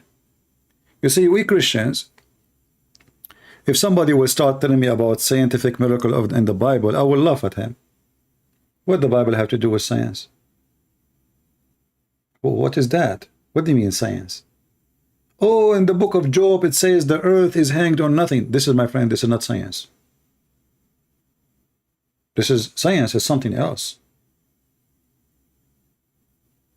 If it agree with science or not, that is not the reason for us to believe in the Bible. What if it does not agree with the science? As an example, Jesus is born of a virgin. That it does not agree with the science. But you believe in it, don't you? So only foolish people, they go in that direction. And because Islam is dead, so Muslims, they try to revive the dead. So they start kissing in the mouth. They start pumping gas in the anus. They start, Islam is like that guy story. I don't know if I told you. There's a scholar, this is a story written in their books. There's a guy, he died. And you know, Muslims, when somebody died, they take off his clothes and they wash him. And they put a piece of cotton in his anus. And that because they don't want the 99 dragons to go inside his anus when he go in the grave. So one of the Muslims scholars, he said, this man is not dead. The other Muslim, they says, how you know? He's not moving. He's like that for a long time on the bed. He's not moving. He's naked. So he said, for if you put your finger in his anus, it is warm. Which means this guy behind them without telling them, when he went alone with this man, he put his finger in his anus. Otherwise, how he knew? And then every single one attending the funeral start placing his finger in the anus of the dead man. Imagine the whole funeral. All the men in the funeral, they want to check really if what he is saying is true. If the man is dead. And how we know? We place our finger in the anus. That is Islam. Islam is a dead God, dead Muhammad. And the Muslim now, they are trying an experiment, putting their finger in the anus to say to us, Islam is still warm, it is not dead. But they forgot at the end of the day, they just pushed their finger in the anus. Warm or not, it is an anus. And you cannot fix it. You cannot make it work. And those videos is nothing but a chain of madness and drama. And Islam is collapsing. Wallahi, this person is a disaster that has Shut up. Don't talk about Sheikh Yasser Qadhi like that. I mean, how in the world do you say such a thing? And what happened to your hair? Camel urine, too much acid, you lose it. Should be shut down. His channel should be. Yasser Qadhi should be shut down. Yasser Qadhi should be shut down. Yasser Qadhi should be shut down. Yasser Qadhi should be shut down. Yasser Qadhi should be shut down. Yasser Qadhi should be shut down. I like it. Yasser Qadhi should be shut down. His channel should be shut down. He should never be allowed to open his mouth about Islam. Wallahi. Wallahi, this person is a disaster that has engulfed this ummah. When you do a deep dive is when things get very, very awkward and difficult. No. No. If you want misguidance, listen to Yasir Qadhi. The preservation of the ahruf, is it 1, is it 3, is it 7? Yasir al-Qadhi, I accuse you. You are worse than the layman people. You failed. You failed. This is not a joke, brothers and sisters. The issue of ahruf and qira'at caused confusion to somebody whom the Prophet ﷺ said, if you want to listen to the Quran directly, listen to Ubay. ما في مشكلة تكفير يا أخي. Live. We don't care. The most advanced of our scholars, they're not quite fully certain how to solve all of the unanswered questions in there. Yasir Qadhi, when you see him on a video, click X. Traditional understandings of ahruf and qira'at cannot answer some of these pressing questions that are now being poked. When you hear him, close your ears. Lest you want to be exposed to fitna. The standard narrative has holes in it. That's what I'm going to say. This quote-unquote renowned scholar, he's a da'i. He does not qualify to be a scholar. I would advise Dr. Yasir Qadhi to stop indulging in this because this is not his field. He's not an authority to say. If I were to give you a blank mushaf, yeah, and tell you to write what is munazzal verbatim from Allah into that mushaf with no human interference, would you write something which corresponds? It's not an easy answer. It's not an easy yes or no. I think this should be an easy yes or no, though. Yes, Qadhi. I have to. Okay. What would you write? You're pushing me. I'm telling it to you flat out. You may not listen to anything that Yasir Qadhi has to offer. Zero. Nada. Nothing. And my argument is very straightforward. So what if a lot of people said something, it doesn't make it right? The fact that 99% of your teachers say something doesn't mean it is the correct truth. His criticism applies to the entire Islamic tradition. Of course, anything that Yasir Qadhi says at this point is probably wrong.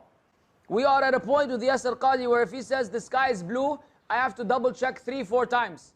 It seems like Yasir Qadhi's lying. That's just the reality. Yasir Qadhi seems to be lying. There has never been 2 copies of the Quran that are different even in one letter or one word. Is that true? It's not true. If you were to compare 2 printed Qurans, you're going to see differences between them. And By the way, this video is made by Hatun. So if you want the video, it's here. This is not my made.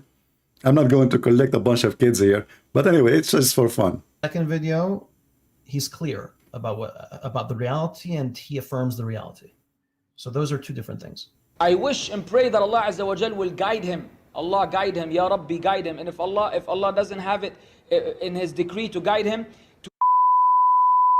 so that we don't have to hear him rant about any Islamic subject matter, from the accuse the Prophet ﷺ of having ill intentions with Zainab bin Jahash, to now claiming that shirk is not shirk. What is left for this guy? Quran has the narrative of the Quran has holes in it. The standard narrative. What is left for this person? The standard narrative does not answer some very pressing questions. The standard narrative has holes in it. That's what I'm going to say.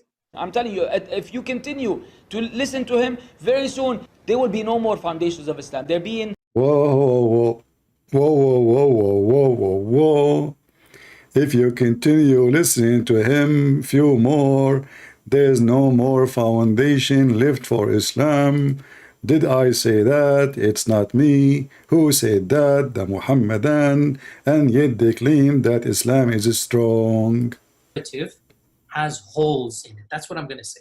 I'm telling you, if you continue to listen to him, very soon there will be no more foundations of Islam. They're being destroyed in front of you, one after the other. I believe that he finds the topic of the qira'at to be problematic for like the layman audience, and therefore he simply lied. That's what I believe. Well, what's wrong with you? You used to be a good person before. But Allah who guides whom He will, and misguide whom He will. Oh boy! Look! Did you see the last edit when he said, "Allah He guide who He will and misguide who He will"? Did you see the wisdom? They just admitted at the last moment clip that Allah is Satan. Allah He guide who He will and misguide who he will. So why you are angry from the guy? If he is misguided, that means it's Allah. And if he is guided, it's Allah. People, do you understand the stupidity of this cult? He just said, Allah is the one who misguides and Allah is the one who guides. So why are you angry from him? Lies. That's what I believe. What's wrong with you? You used to be a good person before, but it's Allah who guides whom He will and misguide whom He will. See? That is Islam. They are worshipping Satan, and Satan is their God, their sermon, their idol, their black stone. Muhammad is their God. Allah is just a name. You know, Muhammad he used as a sex toy so he can place his finger in every Muslim anus. That is the truth. That is the truth.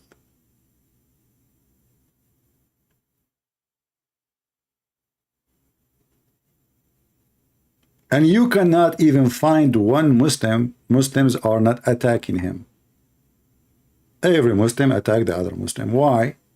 Because this is Islam. Who is the one who killed the Caliphate Uthman? Muslims. Omar. Muslims. All of them. Who killed them? Muslims. Who killed the family of Muhammad? Muslims. Who made the daughter of Muhammad lose her baby? Omar. Who is the one who burned her house? Omar. Who is the one who caused her death? Omar. Who is the one who took an army to kill Ali and his family? Aisha. She took 10,000 men army to kill Ali. What a filthy religion. A bunch of criminals, the companion of Muhammad. This is Aisha, the one we say she was a child when she married Muhammad. Now she is a beast. Muhammad, he died. And Muhammad, he made her in a certain position because of her father. So now she is abusing her position after Muhammad's death, her and her family, and she started killing everyone who opposed her or opposed her father, including Ali.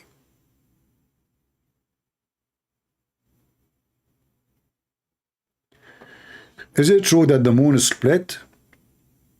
Actually, I believe the moon is split, you know. Today actually is a super moon. I want to go, I'll show you. I will take a picture. There's a crack, and the American, as I have a clear evidence that they use a crazy glue to glue the moon together. I mean, the Muslim, by the way, when they say those stuff, we laugh. Why? Because even in that chapter, it doesn't say anything. It says that there is a moon and that moon is split.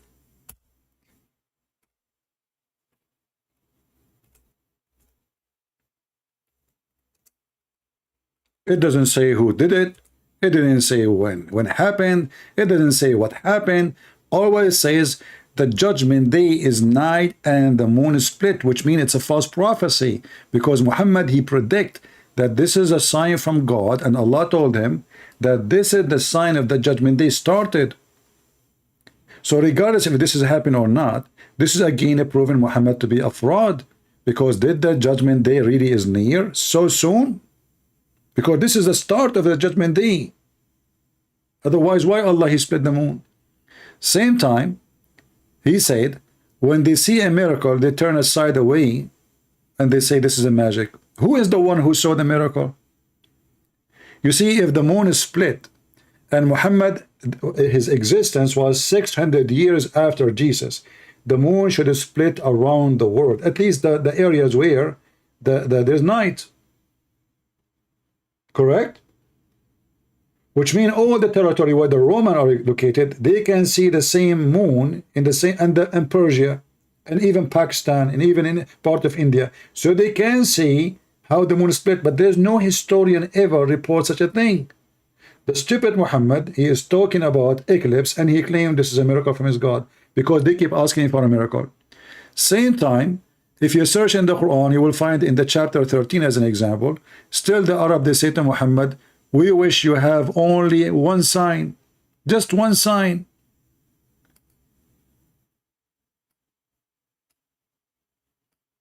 If the moon miracle happened, So how come there's verses coming after, long after, saying Allah saying himself, he did not give any miracle?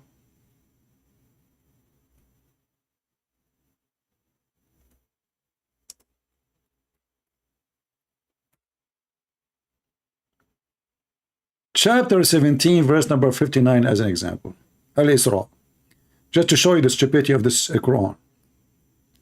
The same chapter is about supposedly Muhammad going to the moon or to the sky, right? And this goes in verse number 1. Verse number 1 saying, praise be to Allah, the one who took his slave to the heaven. Okay, wonderful.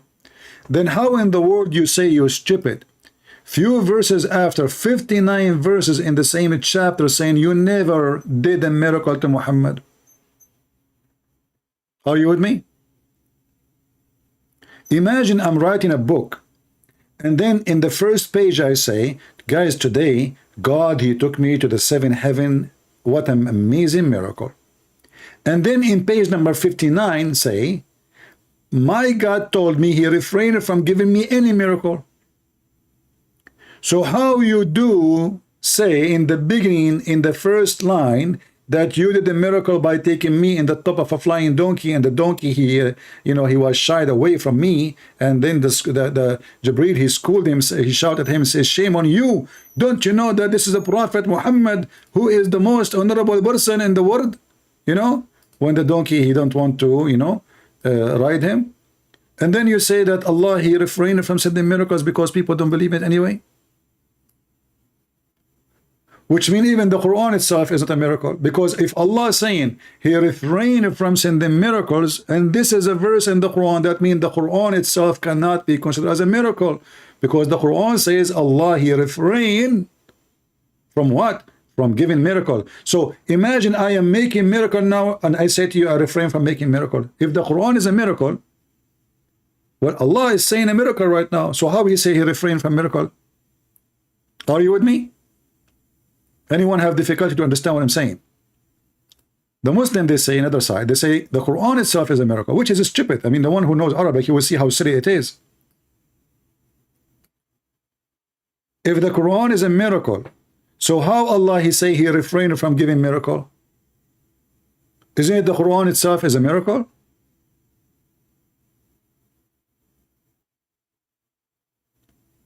This is why we find Islam is very laughable, and we see there's a huge collapse between the Muslims and all this drama.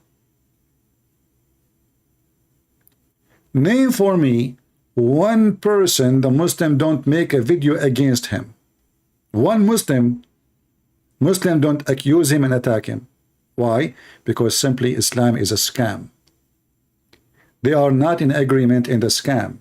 Everybody running his own business, a scam business.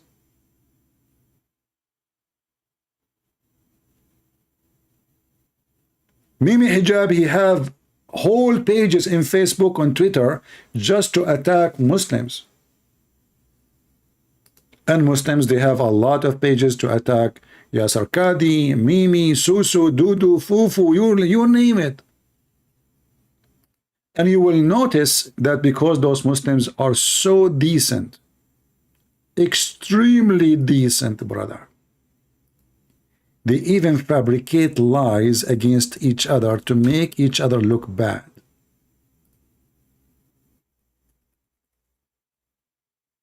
Can you believe it? And this is one of the tactics of Muhammad Hijab.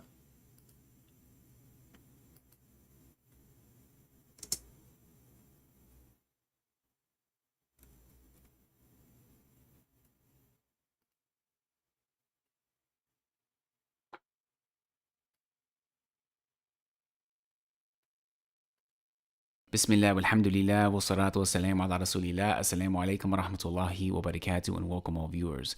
Today we're going to be taking a look at this video that Muhammad Hijab posted entitled Sajid Backstabs Again. Muhammad Hijab Responds.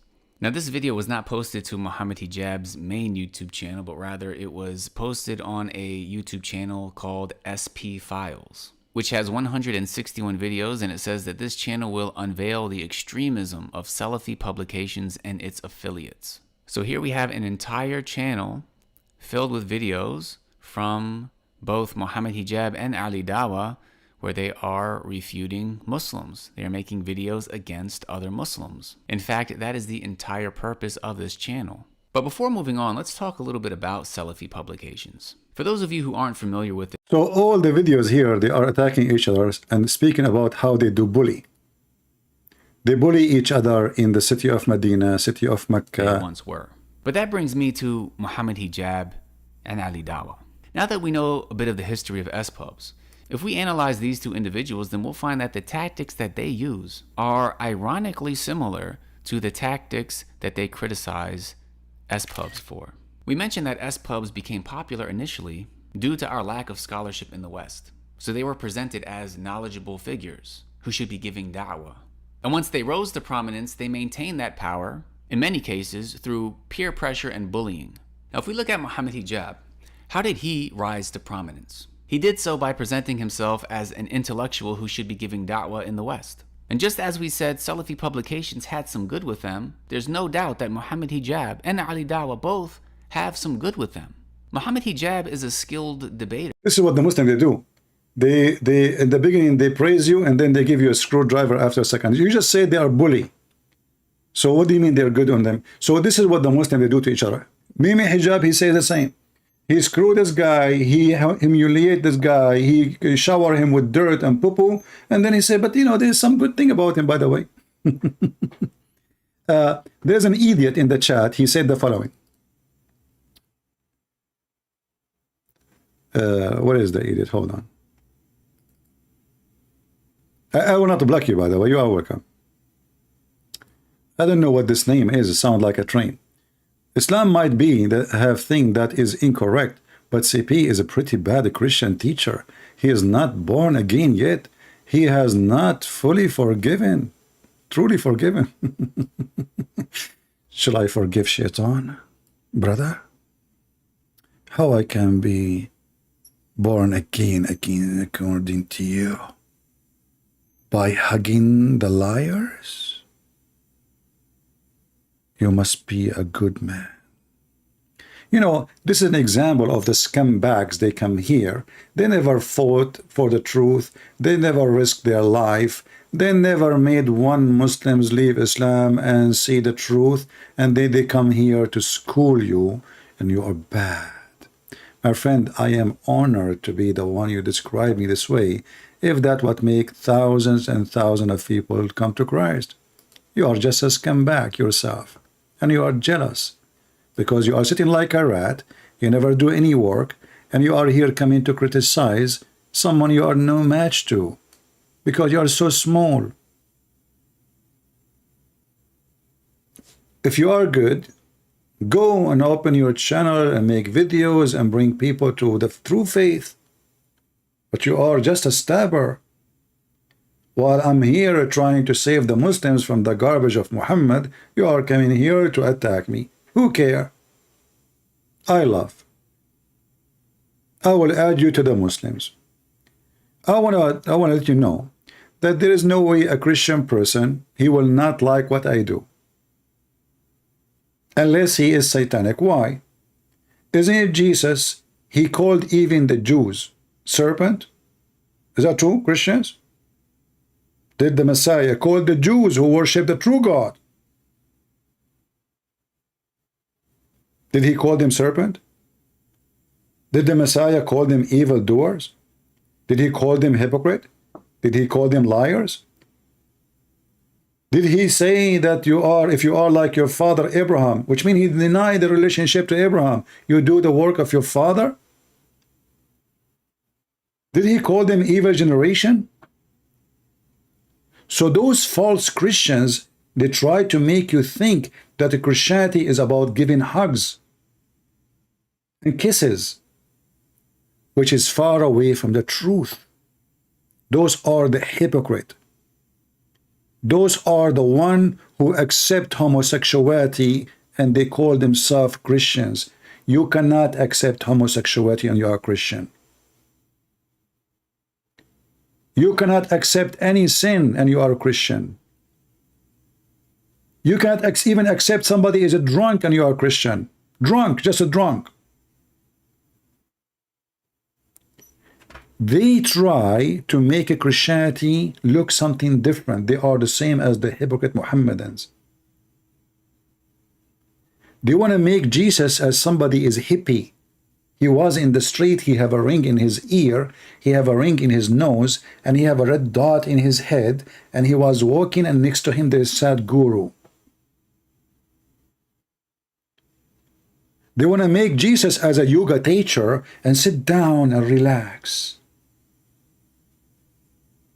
That is far away from Christianity.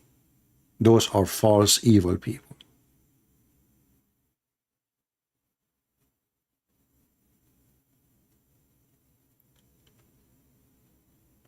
They will attack you because you are not in agreement with their garbage.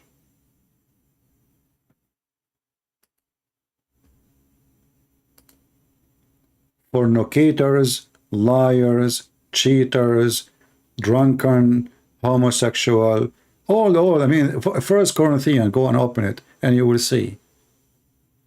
They don't go to heaven. But they don't want to read those in the church because they are hypocrite. This is how you know if a church is a church. Ask them certain questions. Ask them, what do you think about Islam? If they start saying we have the same God and they are from Abraham, the second the priest he said that to you, he is the priest of the devil. Get out. Ask them second question about homosexuality. If they say God love everybody and you know blah blah blah, blah, he avoid giving you the answer. This is not a church of God. Leave it immediately. The Bible says anyone who brings us other than the scriptures, let him be cursed. Do we agree? Anyone who brings us other than the scriptures, let him be cursed. So we follow no man, we follow the scriptures, which is God.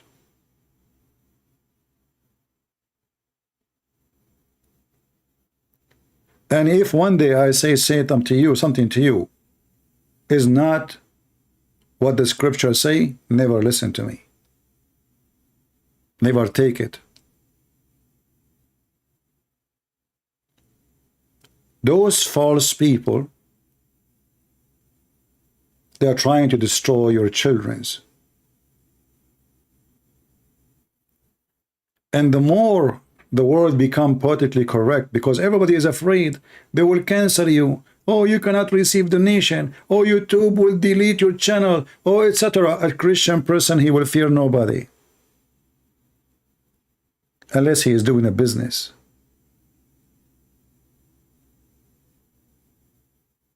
They cancel me. Do you see I have only 100,000 subscribers? Do you know why? Because I keep losing my channels. I should have millions by now. Many millions.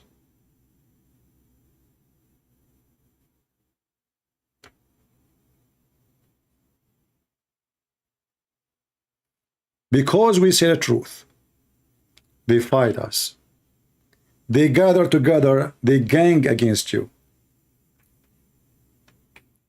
They flag your books, they flag your videos, they flag anything trying to cancel you just because you say the truth.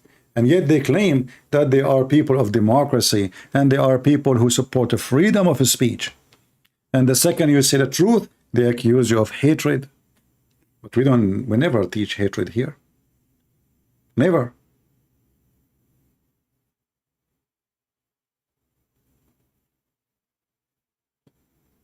Look at the stupid European. The stupid European, they made a council, a department to fight Islamophobia. But who is the one who have a phobia? It's the Muslims. They have phobia from pork. They have phobia from the atheist. They have a phobia from the homosexual. They have a phobia from the cross. They have a phobia from the church. Phobia from the Bible. Phobia from the music. Phobia from anything. They kill people for a cartoon. They even have a fatwa, a holy command to kill Mickey Mouse, the cartoon. And then the stupid European Union, they made a department designated to fight Islamophobia. And look, Europe is burning. And I'm laughing. I'm laughing at them. I'm not sad for them. No. Let them eat from their seed. This is their seed. It's time for harvest.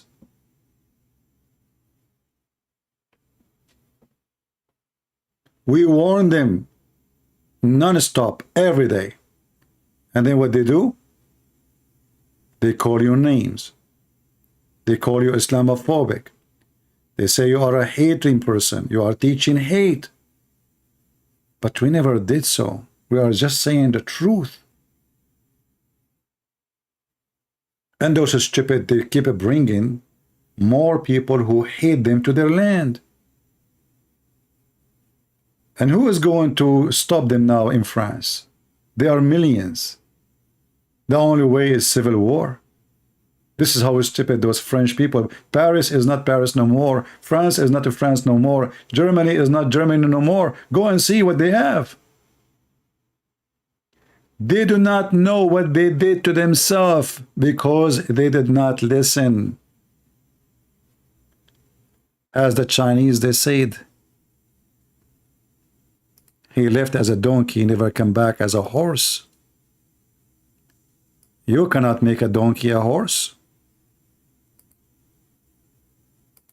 Can you?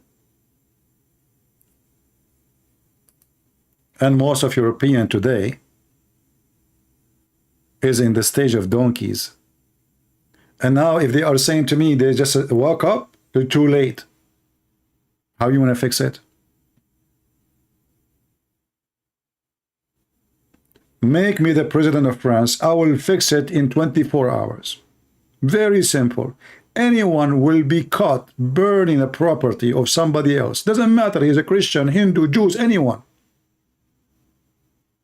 Anyone will use violence in his protest, will be stripped from his citizenship, will be kicked out of the country, will be sent back where he is coming from. You will see every single one of them will behave, will never do that again. And make it a law for everybody. It doesn't matter what his religion. He's a Christian, he burned a car, kick him out of the country. He's a Hindu, kick him. He is a Muslim, kick him. You cannot build a country when you have a potato in the office.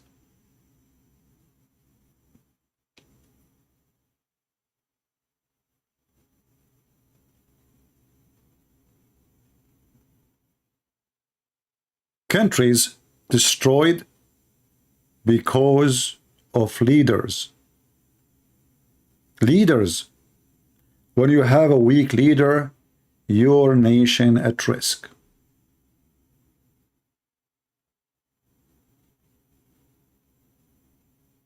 And this is the truth.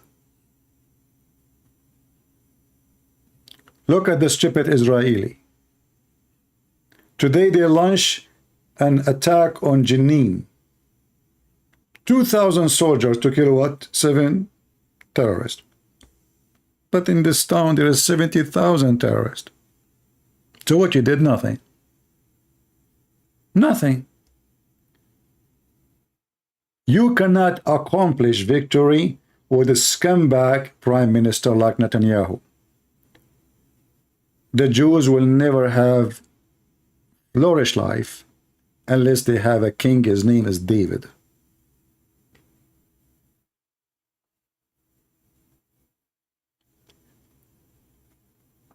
The European colonized every day. Now it is their turn. Some people saying, you can say whatever you want, my friend, but when European colonized, they did not do what those people are doing. And I will give you an example. The first time we Arab, we have a printer or a newspaper or a book printed, it was because of European. The first time we have a train and electricity was because the colonized European. The first time we have a real school and real education, not a stupid Quran recitation, it was because the European.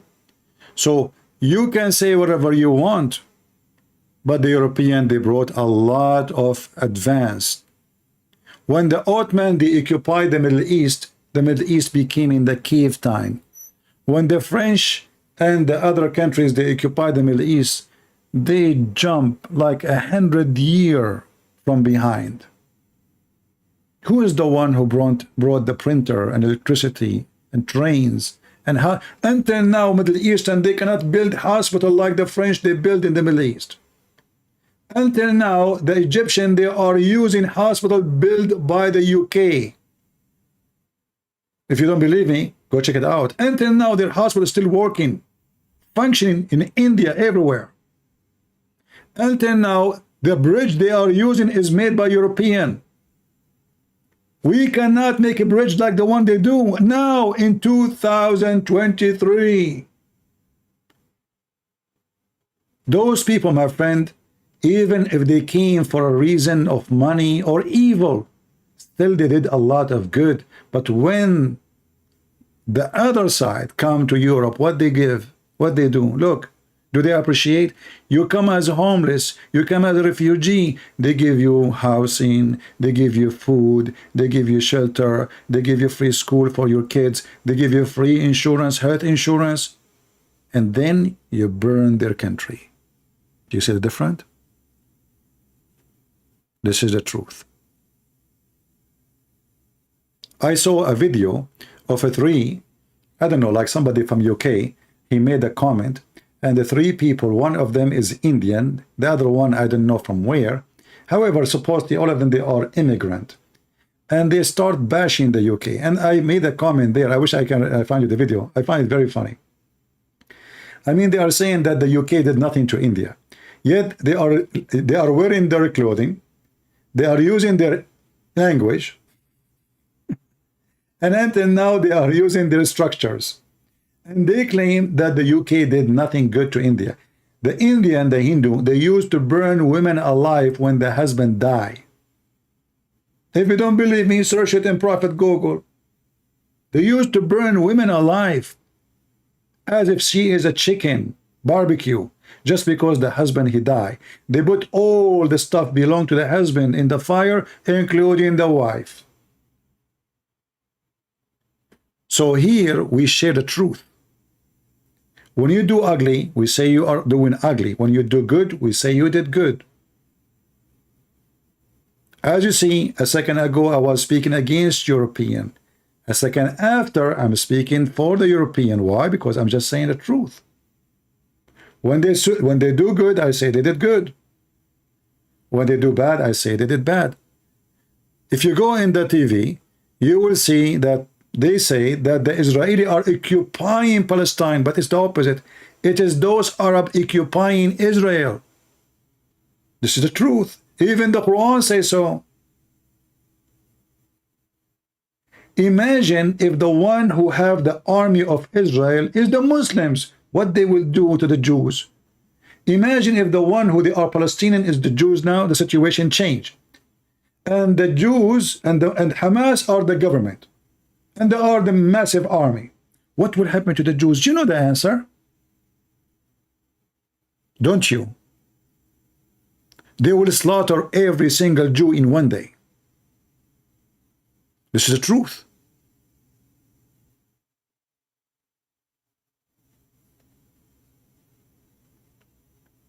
My friend, I don't forgive you because you did nothing against me. All what you did is against God. Because if you're a decent man, you will not attack somebody saying the truth, trying to save Muslims from their filth, from Muhammad. You do not know me, you idiot. Forgive you for what? I don't need to forgive you. Who care? You can say whatever you want about me. Do I care? You are just an idiot. Forgive what? You're a dummy. Did somebody beat me? Did somebody kill me? I do not need to forgive anyone. Even the one who insulted me, he did not insult me. He's insulting himself. And this is why they don't dare to debate me, they don't dare to refute me, and they don't even dare to say, I'm going to do it.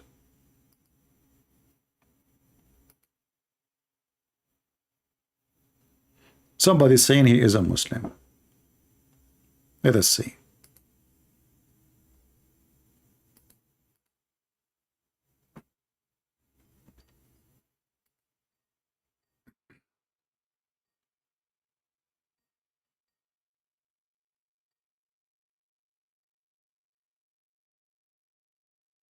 Well, Coin, this guy, let's see if he would answer.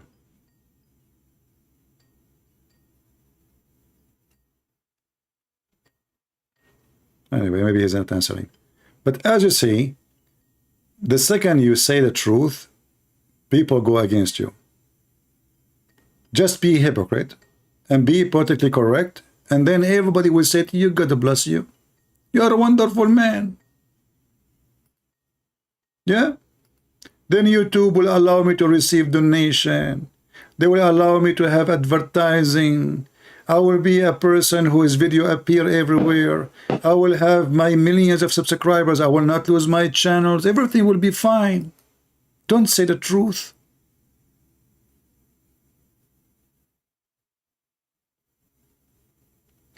Say what you want about politics, but don't say anything bad about Muhammad. My friend, you just said, don't say anything bad about Muhammad. That means you just say that Muhammad is bad. You see, when I say those people, they have a lack of intellect and low IQ, I'm not insulting. Because when you say to me, listen, don't say anything bad about Muhammad, that means you admit it and you agree that your prophet is bad. Because how I can say something bad about Muhammad unless he is bad? What about you call me Muhammad Rising? I don't know what your name means. Are you saying to me Muhammad is coming from his grave? That doesn't match, my friend. He's dead. The only one he is risen and he is above is the Messiah. Change your name. It doesn't fit Muhammad. Same time, I'm not the one who said your prophet is bad. He said that. Isn't it him who went to his own son, wife, and he flirted with the wife when the husband was not there? And he claimed that Allah is the one who made him do that. And then he made the verse in the Quran saying, Allah told him, why you are lying and hide that you want the women in your bed? This is not my words, it's in the Quran. Huh? It's your Quran saying Muhammad is bad. Prove me wrong. Would you?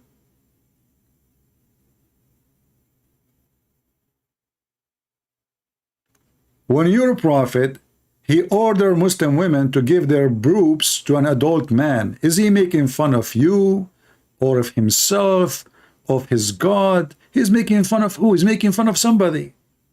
What kind of a prophet he ordered your mother to give her boobs to the neighbor? And yet you Muslim, you claim to be conservative. Can I visit you?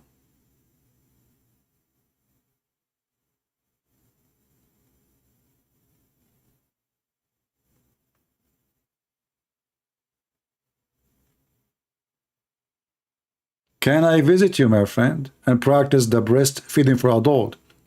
And then the second we ask them a question about it, they try to smear you. Look how Christian Prince he spoke. Look, but the Muslims themselves, they make fun of Islam and they make fun of Muhammad. Look, this is Mimi Hijab going around quoting his prophet, making fun of Muslims who believe it. Okay, okay. Can I suck your wife tit? Who said that? Muhammad Hijab. Muhammad Hijab making fun of his prophet. Because this was in the Quran. It is a verse in the Quran that a Muslim woman, she should give her boobs to a stranger. Allah, he sent 10 times breastfeeding for adult verses. That's a miracle. That is a scientific miracle. It turned to be that if your wife, she gave me her breast 10 times, scientifically is different from 9 times. Who is a Muslim can tell me what the difference between 10 times and 9 times? What if I did 9 times and a half? Why 10 times? 1. And then they say to you, Allah abrogated that by 5 times. What happened? So scientifically was 9 times, and then Allah, he add some drop of some medicine to it, and he made it 5 times. Why Allah, he changed his mind between 10 and 5? 10 times breastfeeding, now 5 times breastfeeding. But where we can find the 5 times and the 10 times in the Quran? Here we go. The Muslim, he could not answer me. He called me evil. He was the drama. Can he answer me? No. You're evil. May Allah kill you. May Allah make a train go over you. Train is coming to you. Okay. You remind me of your prophet. He kept praying to Allah and nothing happened. This is from God. And where is the verses?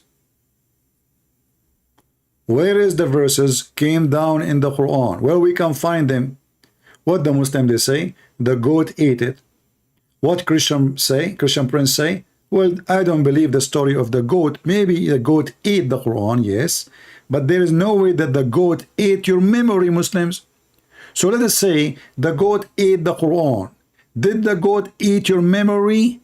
Don't you Muslim, you say we memorize the Quran by heart? Huh? How many times we heard them saying that they memorize the Quran by heart? And then we ask them, all right, as long as you memorize the Quran by heart, who can recite for us the chapters of the breastfeeding for adult? They say to you, the goat ate it. Okay, my friend, the goat ate the paper. He did not eat your memory. Are you sure this was a goat, not a Trojan horse?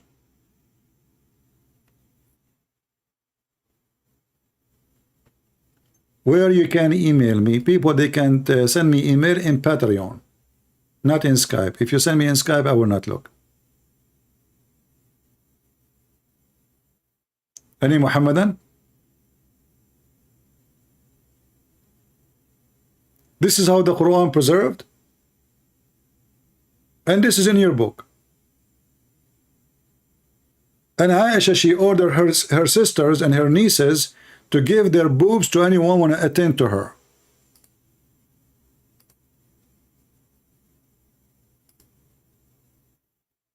It's in the front of you. Am I making things up? Or this what happened? Hello? Hello?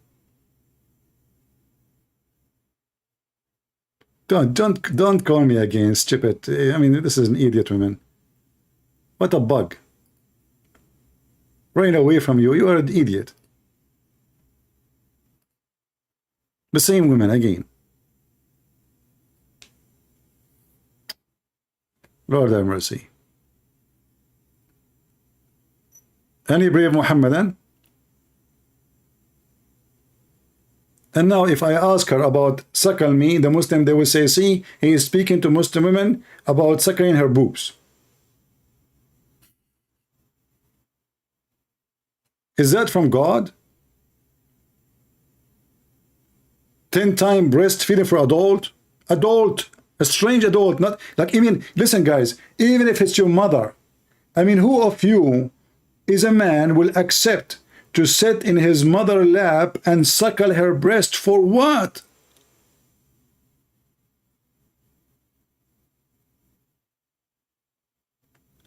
Muhammad was making fun of this woman, and he claimed, because now everybody's talking about it, he claimed that Allah gave him those order from Allah.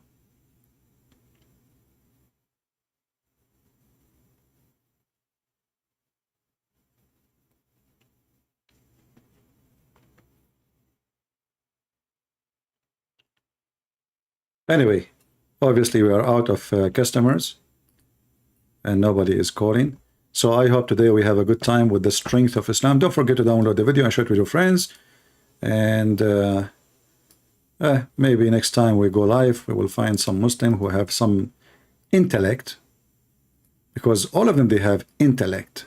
Intellect, intelligence. And this is why they believe there is God who make their penis endless, which is true.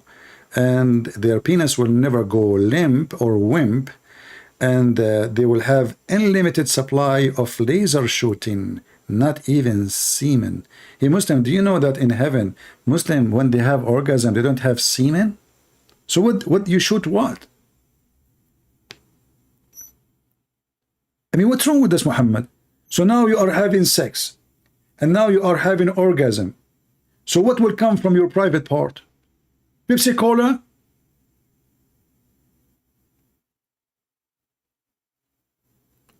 I mean, this guy, the more you read about him and what he's saying, the more you notice how crazy he is. Even your gun in heaven is shooting blank. Once, I was saying, a Muslim, he says, how much you know about Islam? I said, hey, ask me anything you want. And then I made a challenge. I said, okay, give me 3 words in the chat and I will give you a story about it from Islam with the reference. So the guy, he decided to make it impossible. So he said, okay, tell me a hadith about microwave. And how in the world you will find a hadith about microwave? I mean, microwave does not exist in time of Muhammad. And the guy, he said microwave because he thought there's no way Christian Prince, he can get something about microwave. I have a hadith about microwave. Let me show it to you. The fastest microwave ever is the Islamic microwave.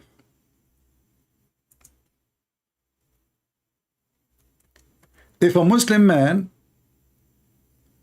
he wish to have a baby in the heaven, he will be pregnant and he will deliver it in less than 15 minutes.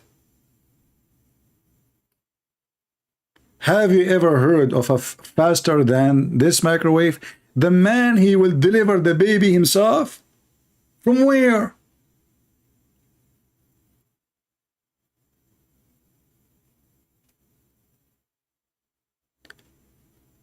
The guy was astonished, supposedly he made it impossible, microwave. How you can find me a hadith about microwave? Are you joking? The believer, listen to this. Abu Sa'd al-Khudri narrated that the Messenger of Allah, SAW, said, the believer, when he desire a child in paradise, he shall be carried in pregnancy. The Muslim, he will carry it. And he born complete in his aging as 1 hour as he desire. By the way, translation here of an hour is not correct, because in the time of Muhammad, the word hour was used to like a time of between 10 minutes to 15 minutes. This is what hour mean. Now the word sa'a means 60 minutes. But in the time of Muhammad, there is no such a use. So in 15 to 10 minutes, you can be delivering a child and you are a man. From where? From your nose, maybe. This is why the Muhammadan, they say to you, don't read for me the hadith. I don't want to see hadith. The guy who called me yesterday, he said, don't answer me from the Quran. They are ashamed. They are ashamed of what their prophet said and the stupidity.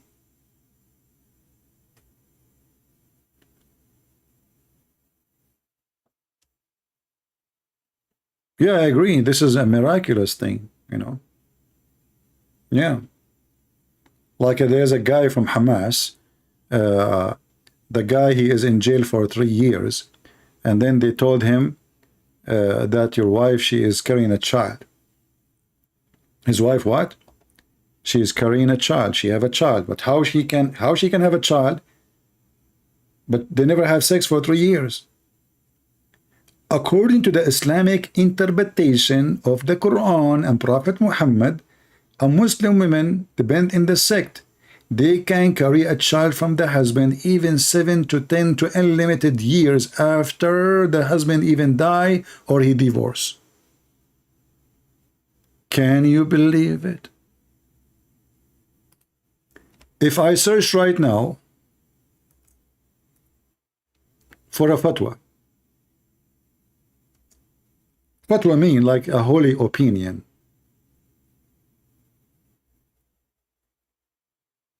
What is the maximum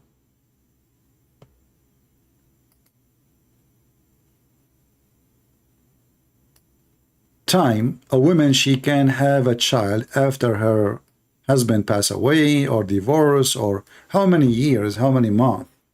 I will use Google translation in front of your eyes. Read with me. What is the longest period a woman stay while she is a pregnant? The answer, this is the question, and here is the answer. Thanks to Allah, firstly, when a Muslim, he say, firstly, the popo is coming. Firstly, secondly, thirdly, fourthly, fifthly, seventhly, eighthly, etc. Read and die laughing. According to Malik and Az-Zuhri, 6 years. According to Imam Malik, 5 years. According to Ash-Shafi'i al-Hanbali, 4 years. 4 years!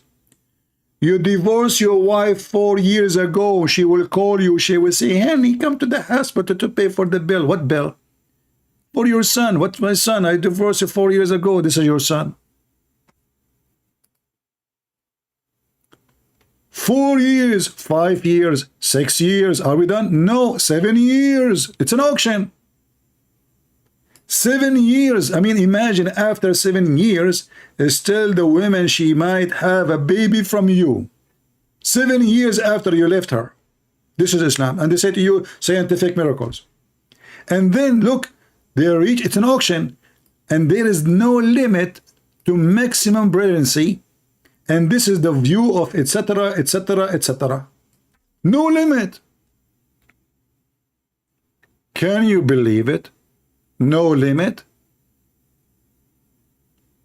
Your wife, she called you after 80 years. And she said to you, I had a son from you. My belly is full.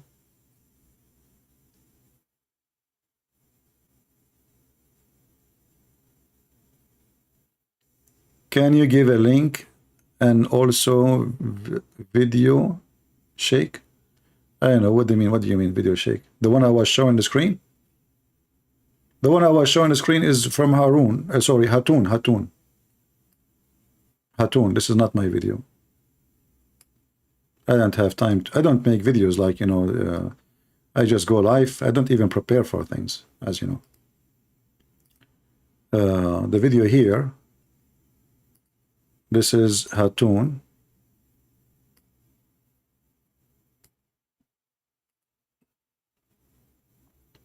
Hatun Tash.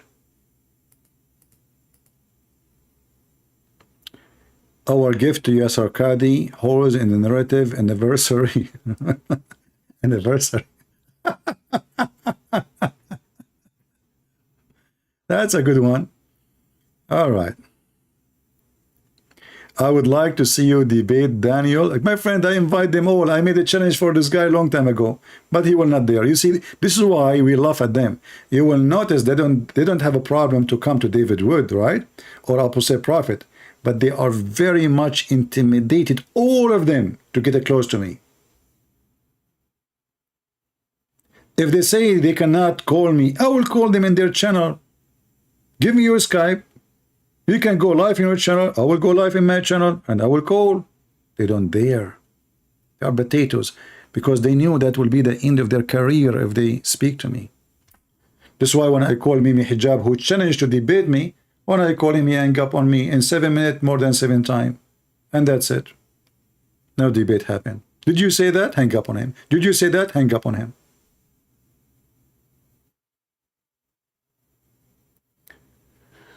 I was scared to debate you when I was a Muslim. You should not be scared to debate me, because if you are seeking the truth, I mean, what will happen? Either you find the truth, or you find me lying to you. You should not be fearing anything.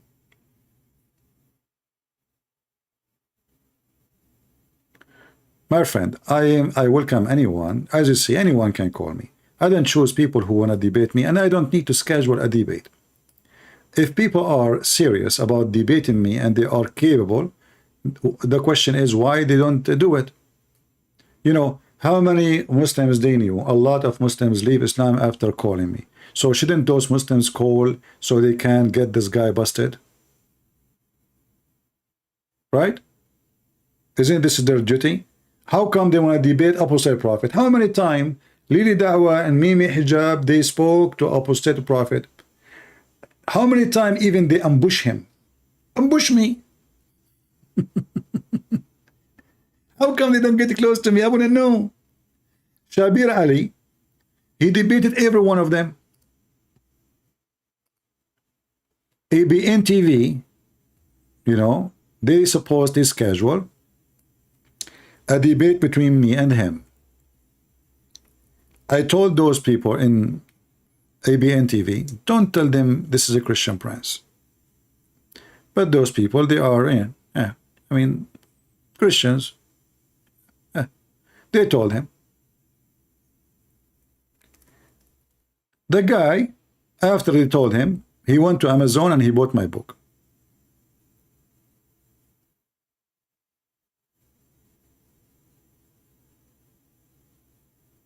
All right? And right away, he sent an email to ABN TV saying, he apologized from debating me. Why? He noticed that he is no match. Very simple.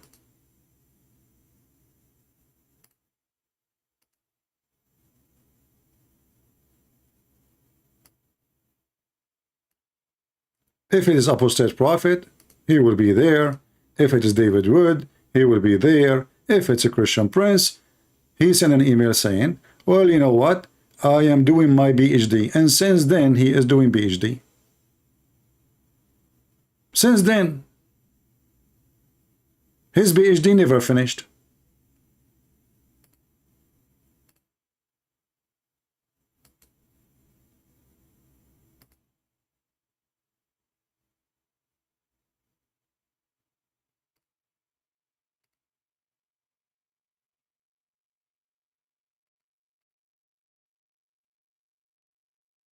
Yeah, I just came to ask the $1,000,000 question. Shabir, when will you ever debate Christian Prince? Thank you very much. Yeah, for those of you who don't know Christian Prince, he is a personality who has been operating some sort of an internet radio broadcast as far as I can remember. He contacted me a long time ago. I never contacted him, ever. Never. Never. I don't contact Muslims. It was ABN contacted him and contacted me. I never contacted him. He knew that. He's lying. Asking if I would debate him, and I said yes. And then eventually I bought his book. And then after he bought my book, he noticed that he is no match for this guy. I mean, what he have in his book is a disaster. What if he asked me a question from the book? You know, you notice that after he bought my book, and then he searched my name, he decided to apologize. He never apologized from any except me. The second they knew that you speak Arabic, the second they noticed that you have a very good knowledge in that topic, the second they knew that this guy never been defeated in a debate, that second they will say bye-bye. The second they notice that you are weak, you are not confident, you don't have knowledge, and you don't speak Arabic, they will be all over you. They will be lining up to debate you. That is the truth.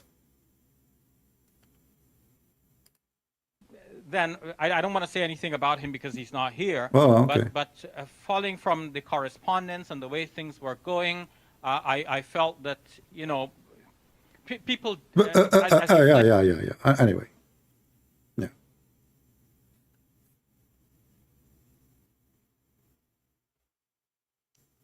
Yeah, what if I ask him a question from my book? My book. He have it now, right? He will study it. He will not be able to answer.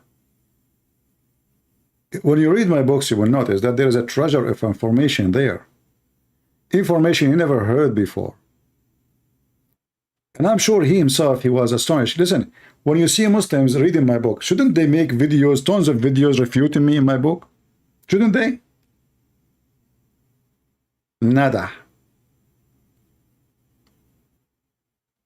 I have thousands of disasters in my books. Not a single Muslim dare to open a page and say, look what he is saying. Actually, there's one, Potato. He made a video about my book, Sex in Allah, and he says, we cannot find this hadith. And then it took me 2 minutes to get them busted, all of them. Fifi and her sister, I don't know her name, you know, and I found them the hadith. They said it's not exist. Ha ha ha. Where is that hadith? Ha, ha, ha. We can't find it. What an embarrassment.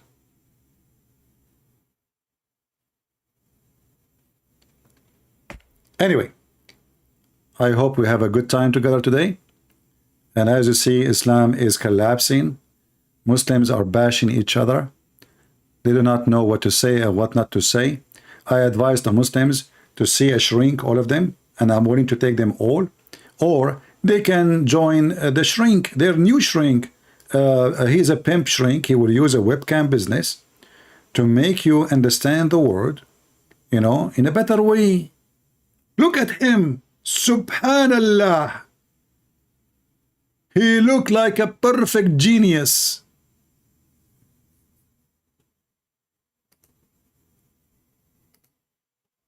And you can visit him in jail very soon after. You know the thing, right? I mean, don't forget to send them halawa to the jail, huh? Yeah. Look at this video. No, but you're human. Hatun. I mean, I like her videos. She makes short videos, actually. They take time to make them, by the way, those videos. She's doing good with those videos. Look at this video. Look at this idiot. Trafficker by the lover boy method. I said, what's that? It's where you pretend to love them. So what, being nice? Guys, he's being nice. He's being nice to the girls he is sleeping with. He's making them open their legs for the camera, making millions of dollars. He's being nice to them. I mean, do you see the charity? Do you see the nobility? Do you see how noble he is and how they are biting his charity work? The pimp camera business was a charity. Helping them, being nice to them. Disgusting girls. Disgusting. No, but you're human trafficker by the lover boy method. I said, what's that? It's where you pretend to love them. So what, being nice? So I was nice to some girls 10 years ago? Is that my crime? Maybe I did love them. But we're not together anymore, so what? I pretended? Who said I pretended? Prove I pretended to love. Prove it. And then what did I pretend to love them to achieve? I was all about trying to get paid.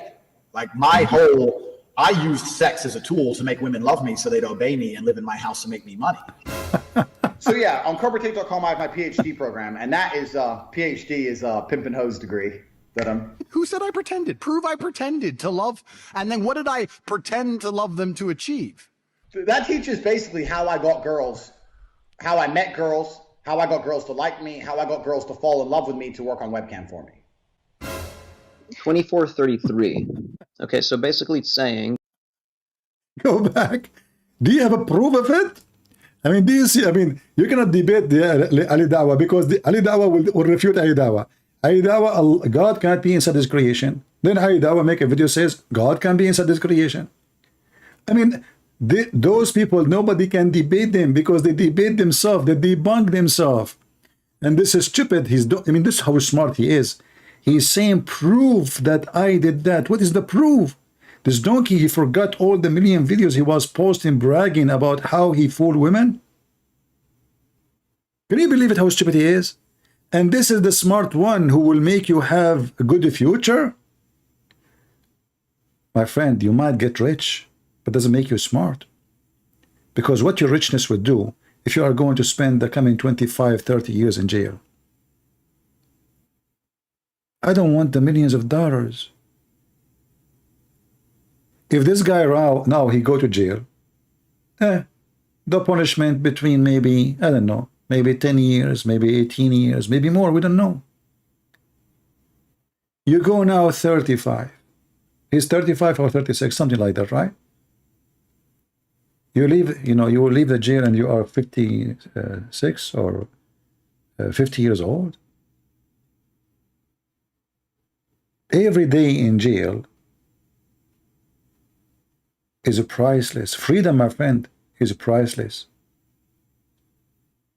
If you go to jail because you are a hero, I will say, you know what, God bless you. But you are a pimp. The accusation itself is a shame, and you are confessing your crime. What the money will do to you. This guy, he thought that his money, he went to Romania. He said why he went to Romania, because he will bribe them. He said to himself, this is a corrupt country. Imagine what a judge will do when he see $100,000. A Romanian judge. Man, he would worship me. He never thought he would come to this. And all of those things he said in his videos. And now the stupid, he is saying, what is the proof that I did play the lover boy tactic, which is listed in the human traffic of European Union? The human traffic, there's sanctions about what a human trafficking mafia they do. One of the tactic they use, very famous one, is the lover boys. Either they hire young men who they are good looking to go and search for girls in the internet and date them and buy them expensive bags and dresses, restaurants, a holiday vacation, so they can use to luxury. And then he say, well, I'm out of money. You know what? I have a friend, his name is Andrew Tits. He want to help.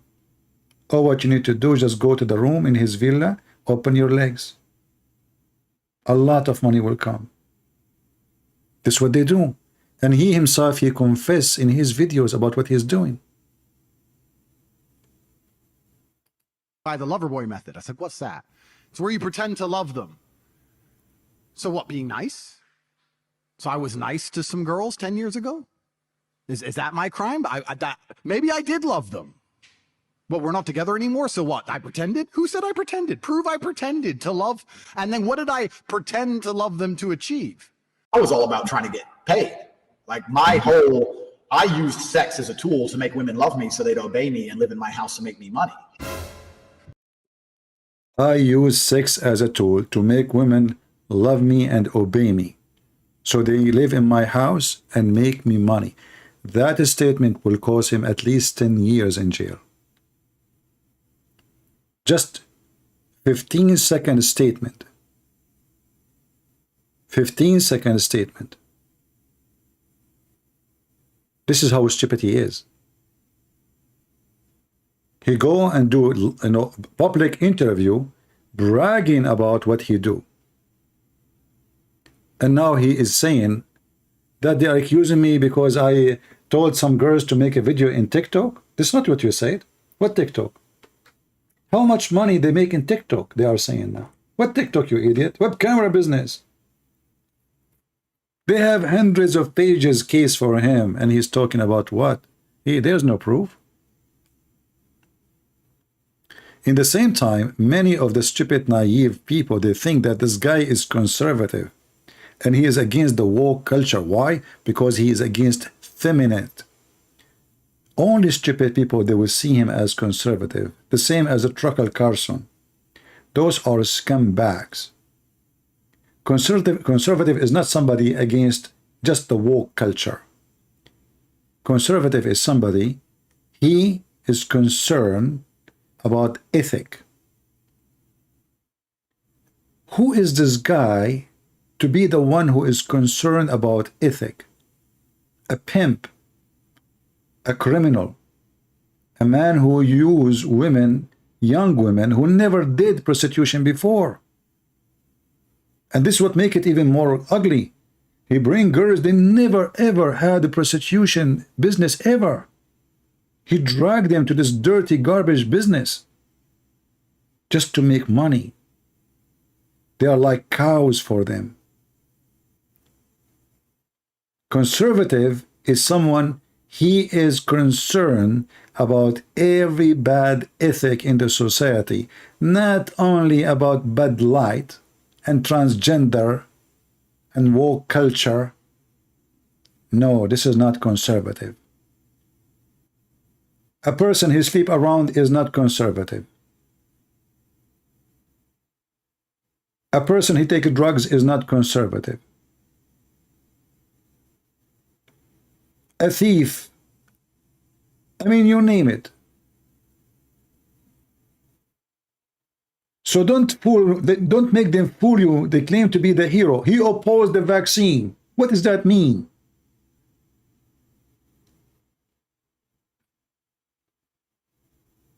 There's millions of people oppose it, and that make you conservative.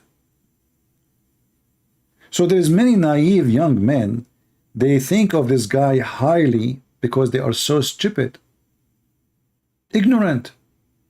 They don't see farther. They are just blinded by the this is why he buy those expensive cars, because those kids, when they see those cars, their saliva come out like dogs. They want to be rich like him. He take pictures and videos of himself with the beautiful girls with short skirts, and those youngs, 20, 21, 23, 25, they look what he have with him. Look at this sport car. This is €2 million car. Look at the girls around him, man. I want to live like this. And then he suck their money. He make you more poor. $300 to join his course. How much you pay me to join my course? Zero. If somebody want to help you, he will spend his time volunteer. He will not ask you for money. This guy, he have his net worth at least $300 million, not including the real estate he own right now in Romania and the cars. Why he's charging $300 for a poor person who want to go and have a business? You want to learn how to be rich. Don't you want to help the young ones? Your fan, those are your fan. You see how helpful he is? After all the $300 million he have in his pocket, did he have enough? No. He want to make more and more and more and kill your children. And if your children, he like him, that because you are stupid, the father. You did not take care of your children. You did not teach them since young age not to listen to such a scumbag. Those cannot be our best example. Those are the worst example. Isn't it a very shameful that a pimp is the one who want to school society about ethic? Literally a pimp. It's not somebody accusing him. He say he is a pimp. He announced it. He is a proud of, and he opened a course and classrooms to teach you how to be a pimp. How? By foreign women.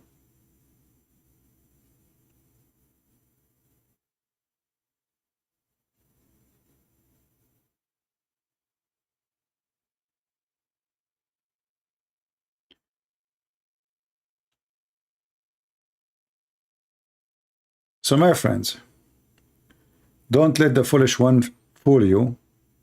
Their end is a disaster unless you care to have an end like them. And money, all of us, we need money. All of us, we have needs. But you cannot buy everything with money. Those people are lying to you when they say to you, you can buy everything with money. Is he going to buy his freedom out by money? Let us see. And actually his weakness now that he is famous. If nobody know him, maybe he can bribe the judge in Romania. You know what I mean?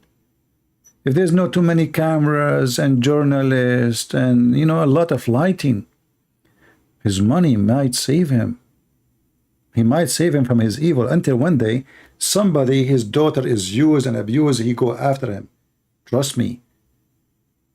Always the end for those people is bad.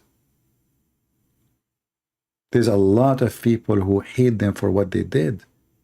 Somebody, his daughter was a victim of him. Somebody, his sister was a victim of him. You never know what people they can do when they lose their mind.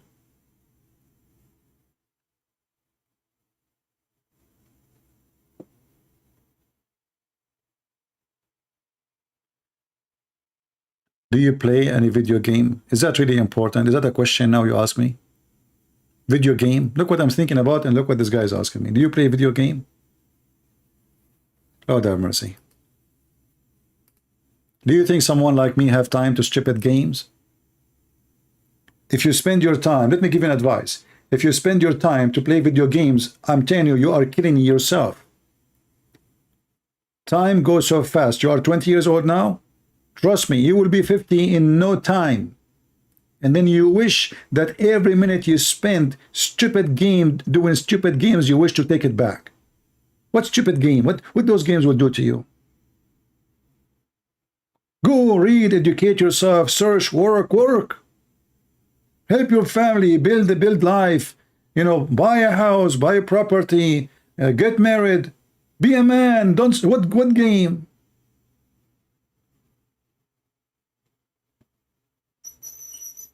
Game? You wanna shoot? Join the army. This is how real men they do. They don't go and shoot in the game.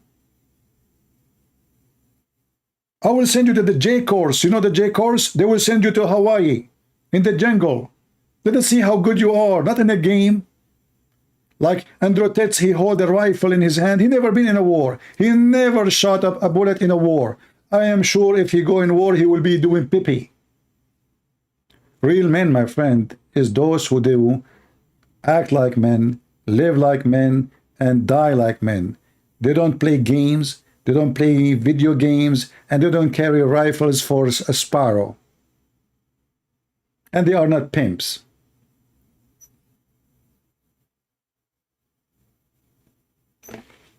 Don't waste your time. Advice from me to you. I'm not making fun of you.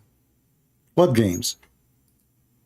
Especially those who spend the whole day playing games. You lose your eyesight. You lose your money. Do you know how much those games they cost?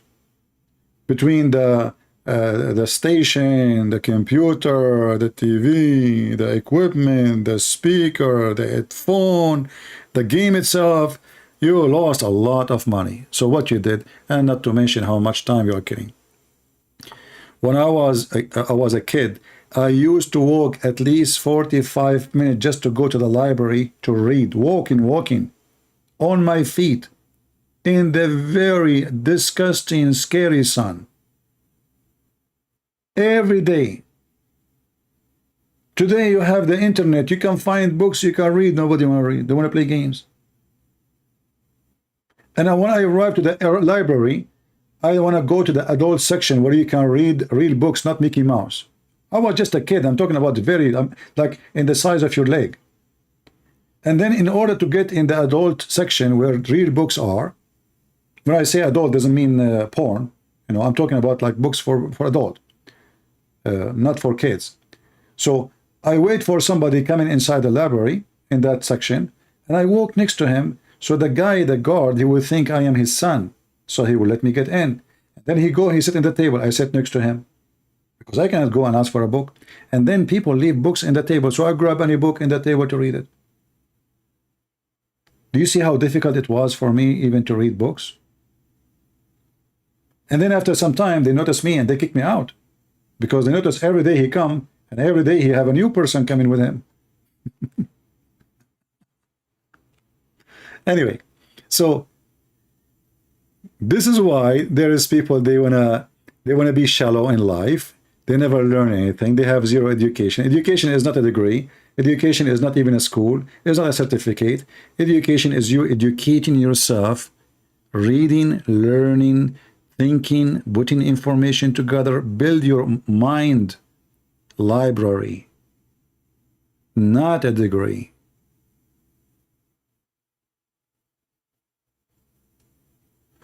In the army, you cannot click save and load button. Yeah. In the army, they will, you see, the army actually is good for young ones because it train you how to be organized, to switch you from the spoiled, easy civilian life, to very tough life, especially depend where you go, like I mentioned the J course, the one they do in the jungle course in Hawaii, from 100 people, maybe 50 they will pass.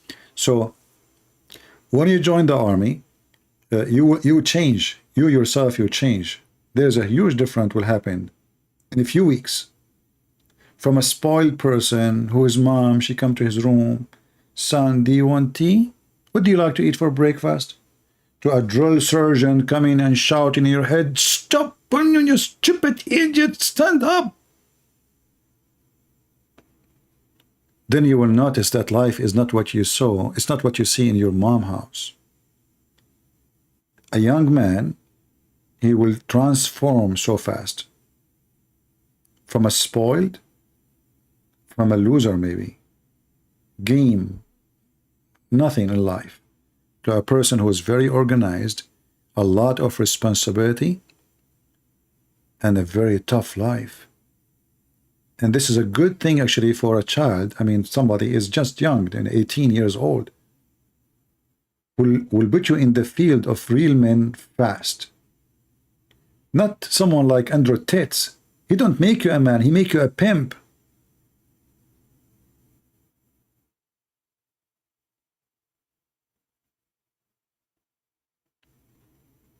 Can you make a video on Hamza Deen? Okay, I mean, I make video about everybody, but this guy is not worth it. He's just so stupid. I mean, the famous one, we are making them shish kebab. Who is this guy? No, they are just a stupid idiot. Anyway.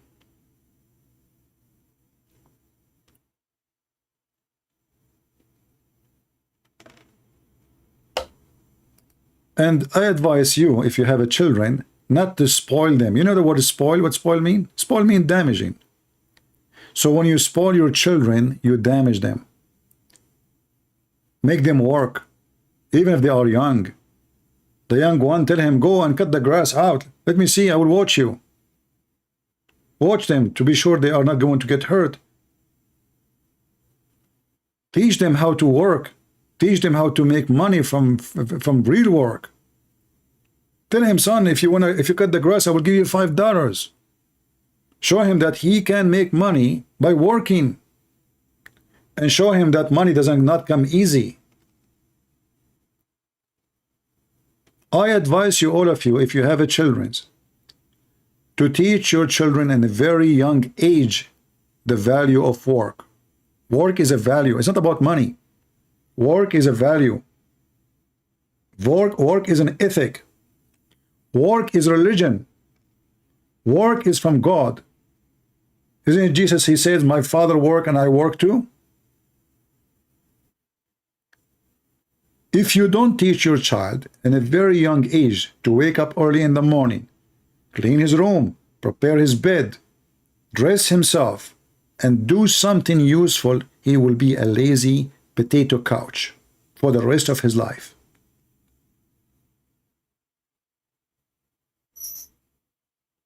All unsuccessful people, they were spoiled children. You will notice that somebody coming from India, he is coming from a poor family, he become a CEO of Google. And somebody is born of a billionaire, he is a loser. It's true. He's just a loser. All the children, most of them, of those actors and artists and etc., they die from drugs. Those who they are coming from poor countries, they are more successful. Why? Because life was tough on them. They learned the value of work. They learned the value of working hard and making life good. They don't wait for life to give them good. They make it good. In America, I never saw, at least in my area, an Asian is begging for money or an Indian begging for money. But I see white people, I see African black people, American born. Why? How come a person, he come from the Middle East, he have a gas station? He's immigrant. He come with no money. Why somebody came up from India, he used to have a bicycle in India, and now he have a company. And then a person who is born in this country, black or white, he is begging for money in the street, sleeping in a tent in San Francisco. Something wrong.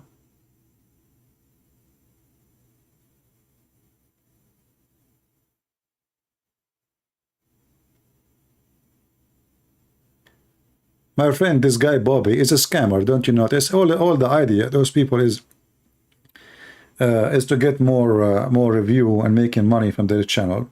It's a business. This guy, he said that his wife is a Muslim. So how he converted to Islam? He is married to a Muslim woman since long time ago in Dubai. He said that in his video. They are a scam. You know, this is always a scam. And let us say he converted to Islam, and, you know, so the patriarch. Why those people are important for you? Who convert, convert. Who leave, leave. This is not our issue. The issue is the topic. It's not the person. Only if we are silly, we focus in the person. When I laugh at Ali Dawah, I'm not laughing at him. I'm laughing at Islam. If somebody convert to Islam, or maybe he did not convert, many people, they are doing it just for business. If you make a video says, I am an ex-Muslim, convert to Christianity, how many click you will have? None. I will give you an example. Sheikh Ahmed, how many people they go, even I promote his channel, yeah, a video he made a year ago, he have 3,000 view. If he say, I left Christianity and I converted to Islam, how many people will click at his channel? Because even YouTube will push it in the front. We know the business.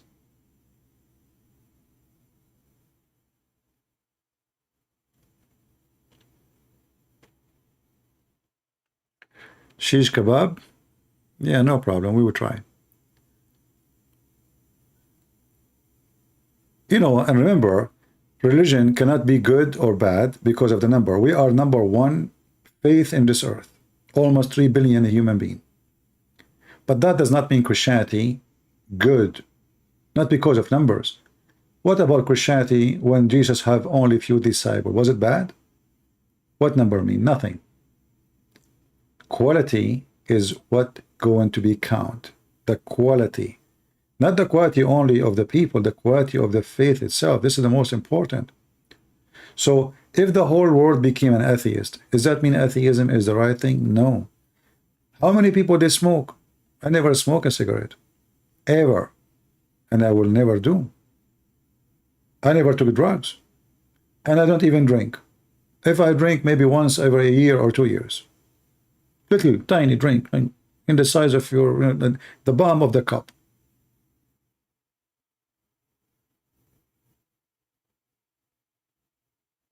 So don't focus in silly stuff. Focus in what is important. Here we beat the topic, not the person. We don't care for the person. The reason I'm talking about this guy Andrew Tits, because many people, they consider him as a guideline for them, which is very dangerous. Otherwise, he's nobody. He's a pimp. I mean, it's even not be fit to me to talk about such a low-class person.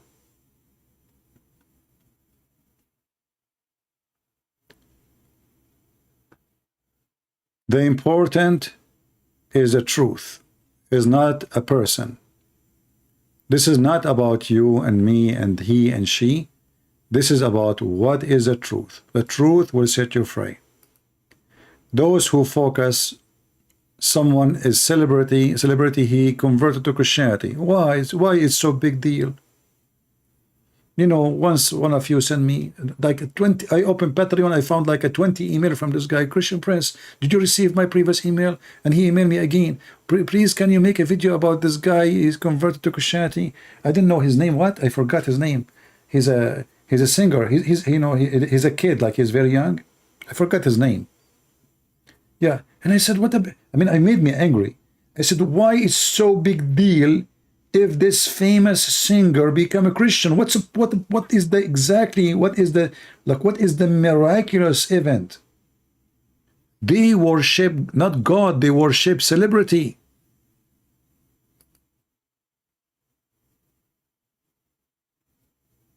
Honestly, people, they don't care really for God, they care for a celebrity. Like, just tell them a celebrity he become. Justin, yeah, his name is Justin. Justin, the guy, Justin, and I searched for his name, he's a kid. I have nothing against him. But I mean, what is the big deal? So if this guy is not famous and he become a Christian, he is not important for you. They don't worship God. From both sides, Christians or Muslims or Hindus, they worship lights, celebrity. Put light on somebody and you will see everybody bow down. Pagans. People are pagans. What about somebody is poor, homeless in the street, and he accepted Jesus? Isn't him more important than a celebrity? No, he's not. We worship stars. What if this guy, Elon Musk, he say, I'm a Christian now? The whole world will talk about it. Why? Because he's rich. Because people are evil, worship money. People are evil.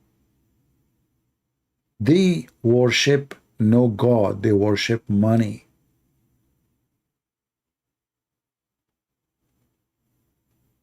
In the Middle East, we say, two things people don't talk about. A crime of a rich and a funeral of a poor. When a rich person, he commit a bigger crime, because he's powerful, people fear him, nobody talk. When a poor person die, nobody go in the funeral. Just let somebody, famous, rich die. Millions will be in the street. They don't even know him. He never spoke to them. Crying, shouting, Michael Jackson died. People are crying, making videos, cannot believe it, he died. Human being, I mean, what a species.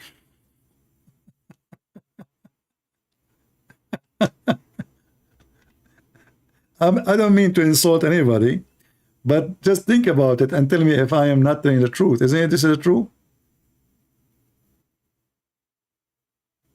This is the truth. If you are famous, everybody will be in your funeral. If you are poor, even your brother will not go there.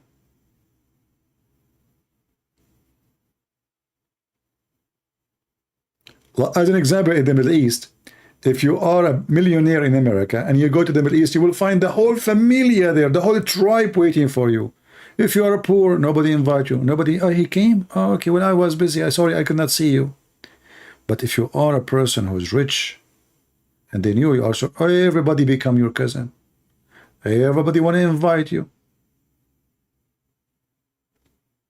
If you are poor, nobody say hello. You call them, they don't answer. Even if you invite them for wedding, like let's say your son is getting married, they will not come. If you are rich, they will die to get a ticket to the wedding. That's the truth. And many, they claim to be religious, and they have ethic too. A brother, he deny he's a brother if he's poor. Yeah. Especially in the Middle Eastern society, very corrupt society, very ugly.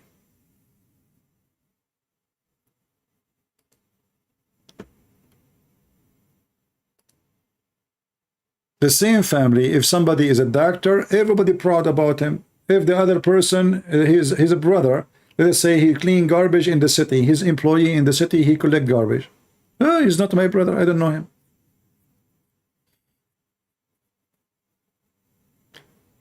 Yeah.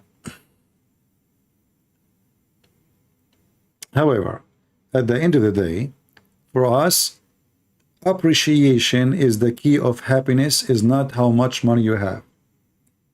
If you appreciate what you have, you are going to be happy even if you have cancer. Do you know what cancer means? You are dying. You are dying. If you appreciate what you have, trust me, you are happy. And if you don't appreciate, it doesn't matter what kind of house you have, how much big the money you have, you will never be happy.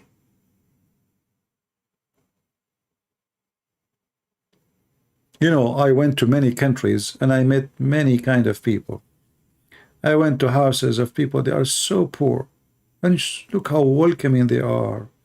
You know, I mean, they welcome me. They have nothing. I mean, there's no house. There's holes in the roof. The wall is like dark because they cook inside one room. I mean, they have nothing. And I found them, they are more stable than people who have cars. People who have cars and palaces and villas, they see shrink. I'm serious. They go and see shrink. They take stress drugs. They take depression drugs. They take all kind of drugs, and they commit suicide. And then the poor, who is really poor, he have nothing. He is not thinking about committing suicide. He is not thinking about seeing a shrink. He cannot afford to see a shrink anyway. He is not really. He's not like desperate. He's fine. Even his life is miserable. I mean, you look at his life, you say, man, I'm so lucky to compare what this guy here. But the one who is wealthy is the one who is depressed, unhappy, complaining. He see doctors. He take medicine. He is unhealthy. And he is so worried about his life. He's worried about tomorrow. The one who have nothing, he's not worried. Actually, you notice that the one who is poor, he spend more than the one who is rich. The poor one spend money more than the rich. You might say, how in the world? I mean, they don't even have money. How they can spend? No, you compare. You know, when a poor man, he have $10 and he spent $1, that means he just spent 10% of his fortune. When a rich man, he have $1 million, what he spent? He spent $10. Usually rich people are the most cheap people ever. For sure, not everybody, but usually. Because how they get so rich, usually, not everybody, by being so cheap. So the more they earn money, the more they are worried about not having enough money. The poor, he knew he have no money, he's going to make money anyway. So he spent. He spent. He don't have a hope tomorrow he will be a millionaire, billionaire. He go to work, he feed his kids, he buy a little gift to his wife, a dress, whatever, that's it. But he spend money more than rich. And if a rich, he spend to show off, not because he's happy. He spend to show off, not for the sake of happiness. You will notice that those who buy brand, either they are under the influence of a friends, they did not think about it, or they are trying to show off. They are not satisfied with themselves. So I will buy a brand. I will buy expensive watches, expensive rings, expensive phones. Why? Because I want to show off. I'm not satisfied. I am not confident. I'm afraid that people will judge me. What I'm wearing. I will wear a shoe, $10. No way. I'm going to buy the most expensive shoe, but trust me, nobody is looking at your shoe. You look stupid with that. Who care about your shoes? And if a friend will offend you because of your shoe, show him.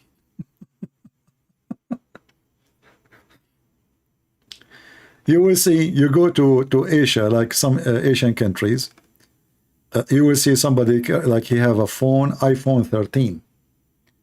I say, iPhone 13, why you have iPhone? How much money you make? Come on. I mean, the guy, he spent half of his year's salary for a phone. That I call it stupid. Why? Because he want to show off. He want to be like the rich. This is under the influence. You see, I mentioned there's two kinds. The one under the influence and the one who want to show off. The one under the influence, he tried to copy the one who they sound like they are rich or they appear to be. He want to be like them. He want to show off. Anyway,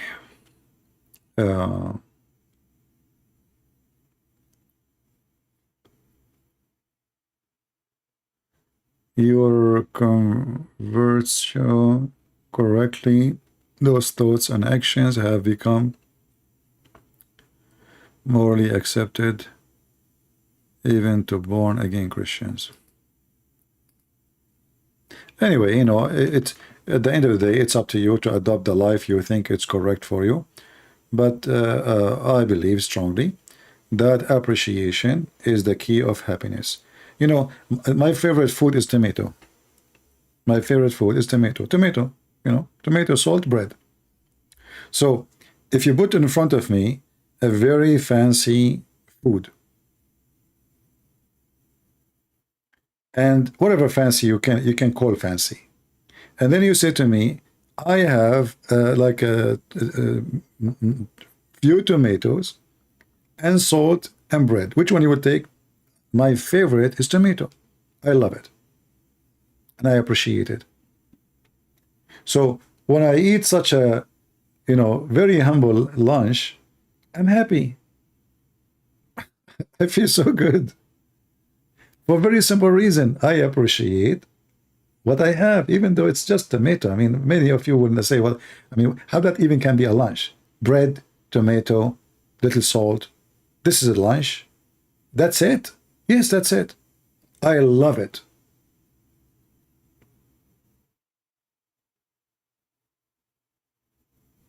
And this is since I was a kid.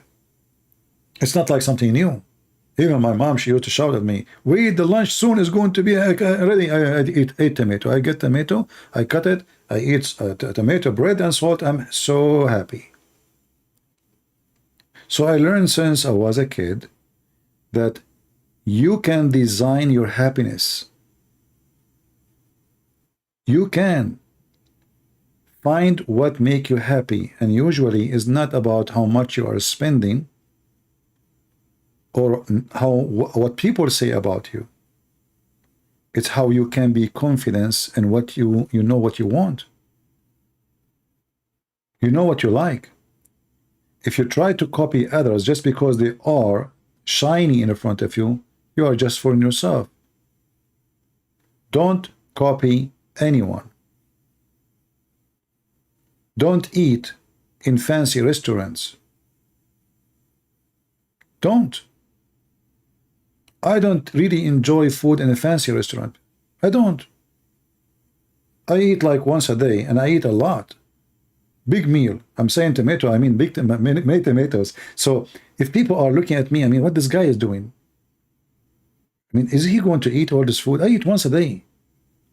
I don't enjoy it. And you know how much money I would spend in a fancy restaurant to fill my stomach? What is fun about it?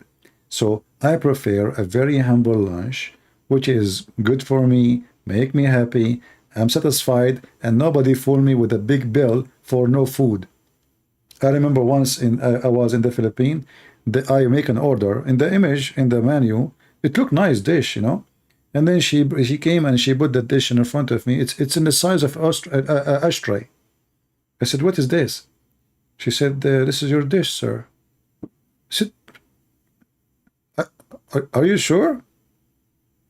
Isn't it a sample? You know, she said, no, this is your dish. So for me to eat, to have my day food, I need to open like to order like 8, 9 dishes like those, small, tiny one. And the price really was expensive. You go to a humble restaurant. For the same money you order that dish, you can eat 5 dishes.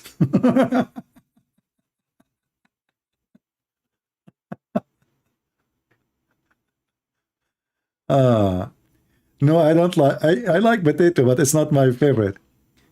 Actually, there's a dish I like you to learn about it. You can make mashed potato, and then mix it with a slice, very small slice of tomato and onion.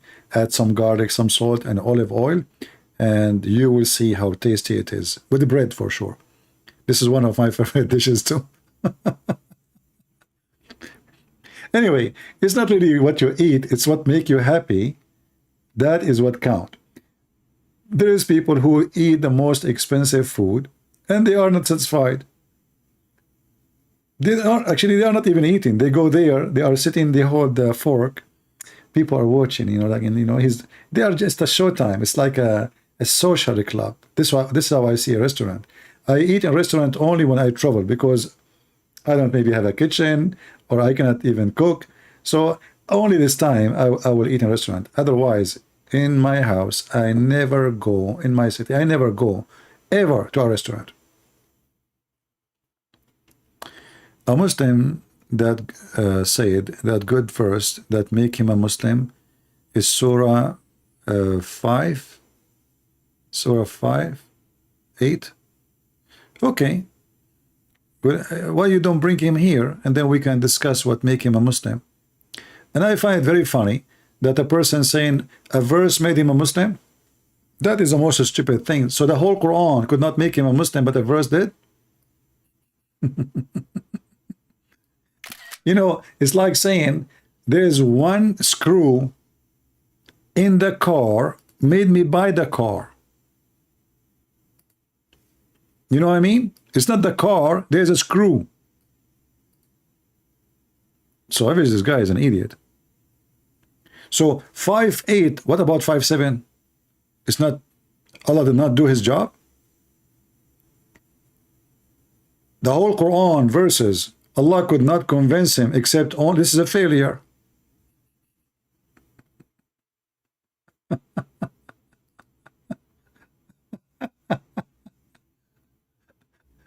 Oh boy.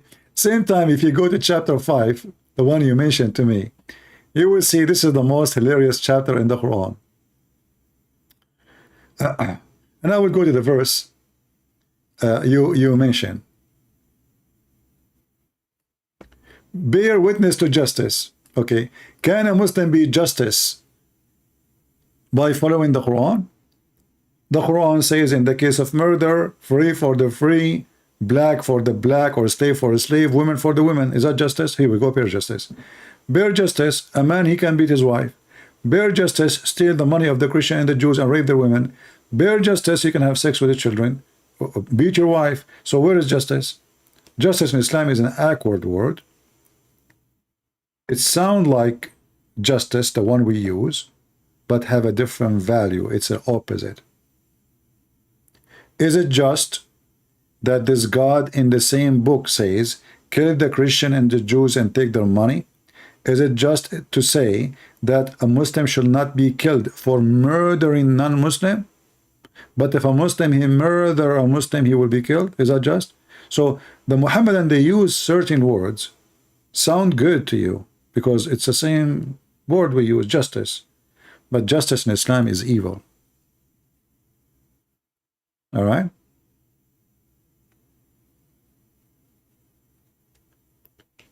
So only foolish one, he will say such a statement. Anyway, you know, you can ask him to call me. He's welcome. And I will be happy to take him. Let us see how he liked the Quran.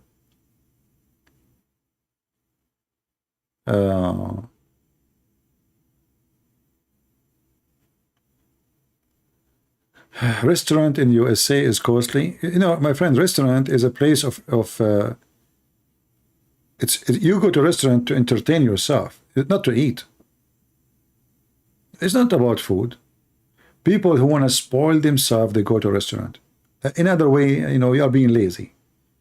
I can accept that you have a guest and you cannot take him home, so you take him to a restaurant, no problem.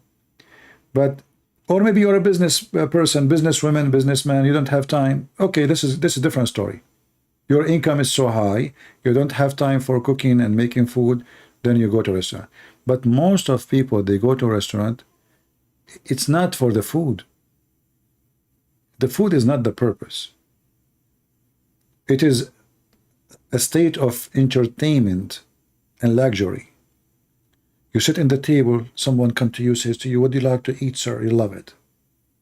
Now I'm being called sir, and there is somebody serving me. You pay for it, you know? And then you start thinking, and you look at this waitress or this waiter, and you start like, do you have, you know, it's like a time where a human being, he enjoy his ego, you know, like he is the master now. He is the one in charge. He has servants serving him. So a restaurant is not really about food, especially the fancy ones. It's about doing social, luxury style, showing off, you know. It's not about food. This is why the price you pay have nothing to do with the food you ate. You know what I mean? Like they give you, let us say, a quarter pound of beef, and then they charge you $70. I mean, is that the price of the beef, really? No.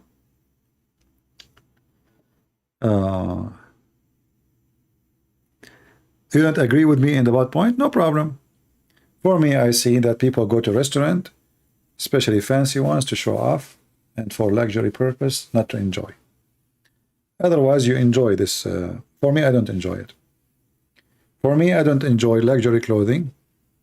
I don't enjoy, and I never wear a suit, and I will never wear one. I never wear a tie, and I will never wear one. I don't dress as people want me to dress, and I don't care what people think. I have an old car, and I don't care if people like it or not. And I'm happy with my life. People are different. You know?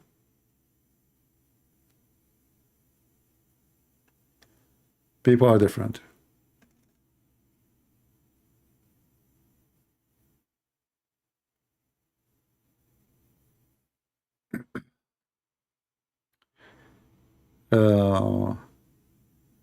Suit for wedding? Even if I get married, I will not wear a suit.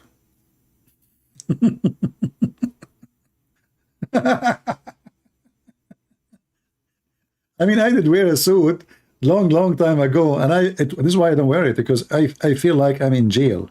It's like a prison. And then they ask you to put this thing around your neck. You feel like you're a dog. It's like somebody have a leash around your neck. I don't know how in the world. I mean, who is the stupid idiot who come with this uniform? You know, you will see yourself in, like, let us say 30, 40 years from now, look so silly and stupid, the same as European one day. They used to put makeup on their face and they have a wig. Did you see them? I mean, how silly, how stupid. But at that time, it was fine.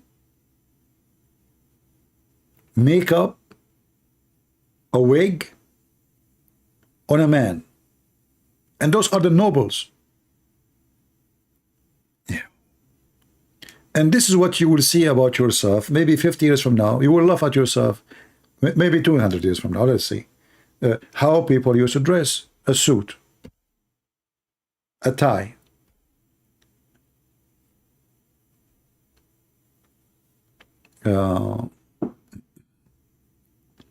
My friend, I answer you. I said, okay, I will make a video once. We will see about the shish kebab for Mohammed. No problem. I answered you. Do you wear like al-fadi? No, I like to wear casual. I don't dress any formal dress.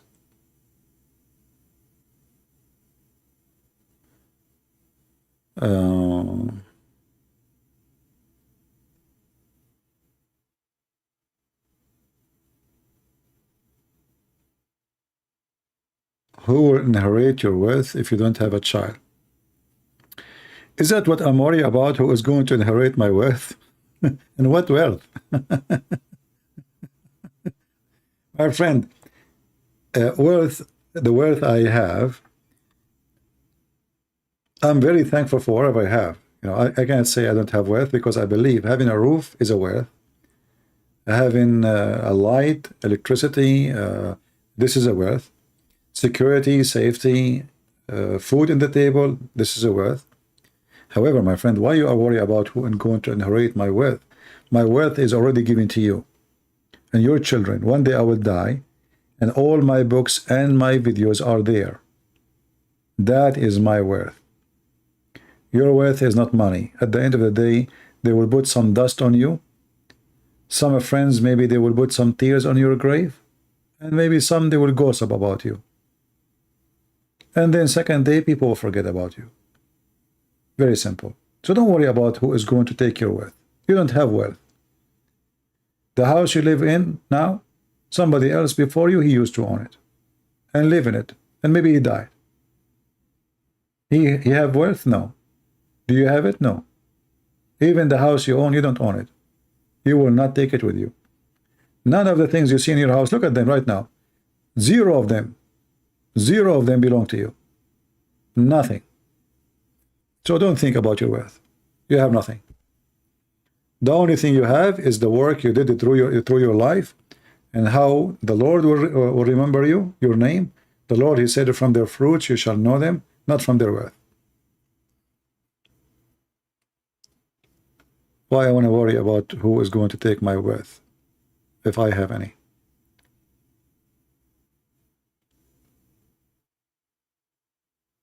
You know, I know a story of a guy. He is very, very rich, but he's very, very cheap. And this is a true story. And even his son, he's actually relative to me. But he's very cheap, extremely cheap. His father, he owned many gas stations, many, so many, and he owned even the big trucks, the convoy for oil. I mean, he's so rich. One day, his father was driving, and the road blocked with the snowstorm. The police, they blocked the road because anyway, you cannot drive. So they told everybody there is a hotel there. They have even the government trucks, big trucks for the army, to carry the passengers who they are stuck in that location, to carry them to the nearest hotel. This guy, who is a very rich man, he refused to go to the hotel. Why? He didn't want to pay money. He said, don't worry about me, I'm going to stay in my car. Second day, they found him dead. Dead. He was so cheap to the point he died because of how cheap he is. And then his son, he inherited. His son, he changed car every few months. He spent like crazy because his father was driving them nuts about how cheap he is. He don't even allow them to bring friends to their houses because they don't want to serve coffee. Madness. And then he died like a rat. All the money he saved is gone to his son, and his son is spent wherever he go. He's the opposite of his dad.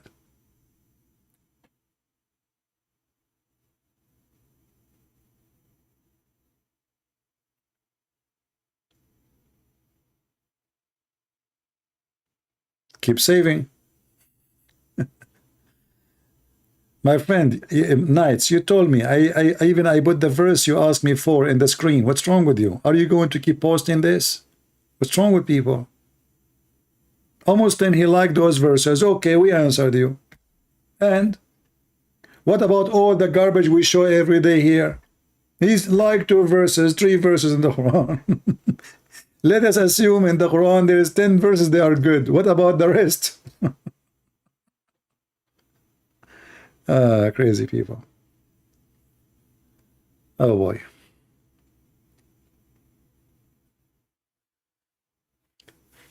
Yeah, you are rich as how much you enjoy your wealth. And wealth, the word wealth can be different from person to person. A villager, he have a few chickens and a goat. This is his wealth, and he enjoy it. A billionaire who is like Elon Musk, he own tons of billions of dollars. I don't know if he is happy because I think his life is not really a happy life.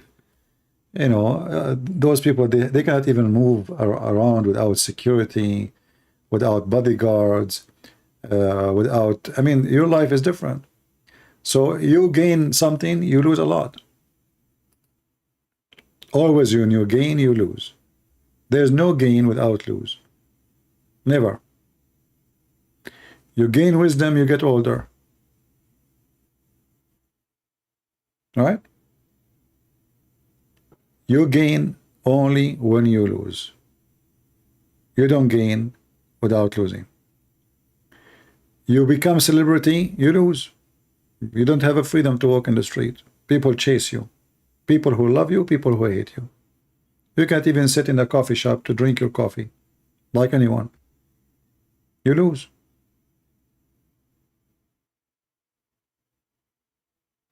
This is why people who worship fame, they are making the biggest mistake in their life. Because your life is not a happy life no more. There is intruder everywhere you go. You can't even have a normal life.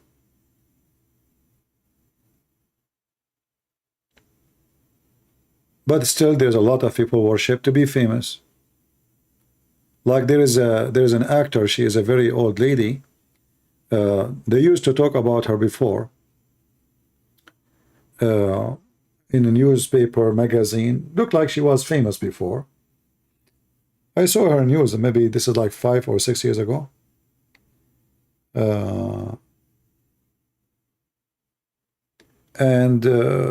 know, nobody talked about her. So what she did, she is 80 something. She took naked pictures of herself in the shower tub and posted online. Why? Because she wants people to talk about her again. Looks so bad. She just want to seek attention, and yeah, she become like very again in the newspaper, you know, but in a funny way. People making fun of her. So there is some people, they are wise, and there is people who they are fool. The wise, he don't seek a glory of what the world think it's a glory, to be famous. A wise person, he seek to live good, to be happy. Famous not what make you happy. It doesn't. A lot of people will hate you. A lot of people will love you, and you are lost between. You might even be threatened. You might even get killed. And then when you become celebrity, your life is expensive. So the more money you make, the more poor you are. Because now you have to fit with the new lighting you are in. You know, like now you are famous. You have to spend. What car you have, what house you live in. You will see that someone like Michael Jackson, he died and he have a, you know, he borrowed from Muslims more than $6 million. After all the money he made, he's borrowing money. He cannot even pay for his shopping in Dubai. Dubai is the center of a fraud, where people, they are trapped into money, spending. This is what they do. They invite someone, a celebrity, and they tell him, hey, sit in the hotel as much as you want. This is what they did with Michael Jackson. He stayed there almost a year for free in the hotel. They told him for free. This is what they made him understand. And then when he decided to leave, they told him, listen, Michael, you have to pay. Oh, you, the prince, he invited me here. No, the prince, he says, welcome to the country. He didn't say he will pay your bill. However, if you convert to Islam, the prince is willing to pay your bill. Michael Jackson was going to convert to Islam a week after he will go to the mosque to say the Shahada. A week after. And he died before he did it. So his bills will be paid.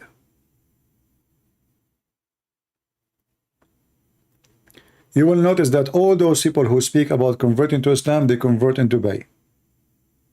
Andrew Tate. What is the other person? Sneeko. The one you mentioned his name, Bobby. All this is from the money, the wealth of Dubai, you know. Those people are worshipping money, and this is where the money is.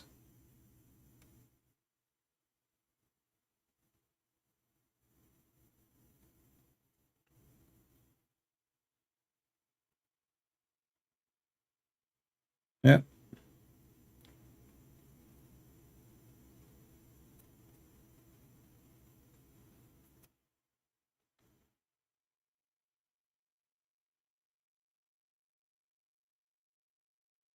How can I make transcript in English? There is somebody have my video already in English. My video. You mean Sheikh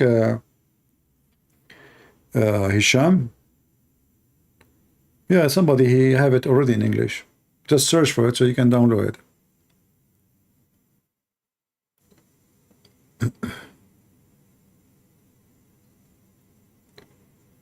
Give a chance to Christians to call me once a week. No problem, we can do that.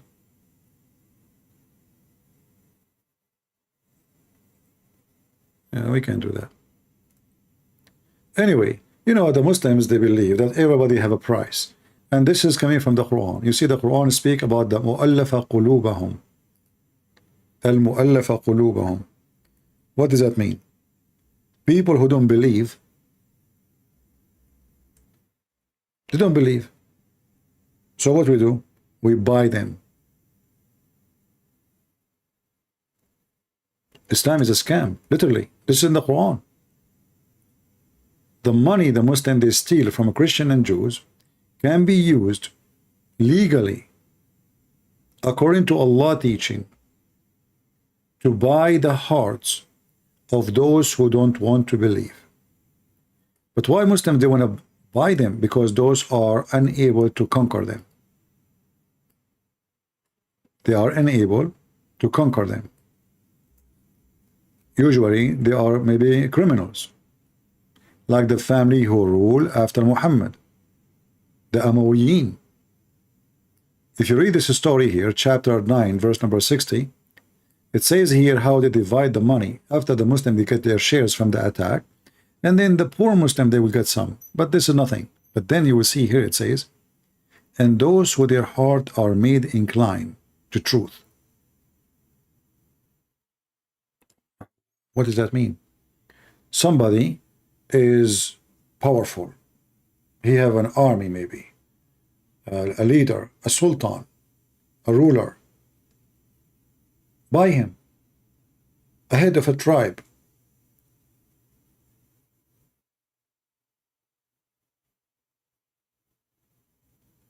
There's many like leaders, let's say in Africa. A leader of tribe, you know, in Africa, if you give $1 million, there's a lot of money. A lot of money. Tell him, if you convert to Islam, we will give you $1 million. We will support you. He will. Not for sure, not everybody, but mostly. Why not? And then by that, his people will follow.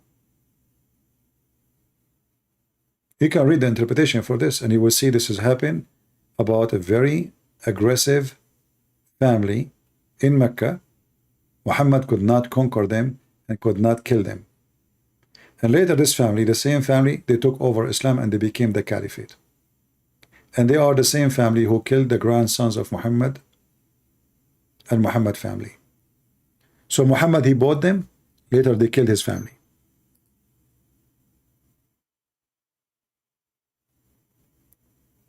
All right? This is the return of an evil act. He bought them. He thought by buying them, he won. Well, he won that they are criminals, but he forgot that the criminals, the first thing they do, they will bite you too. And this is exactly what they did later. They killed his family.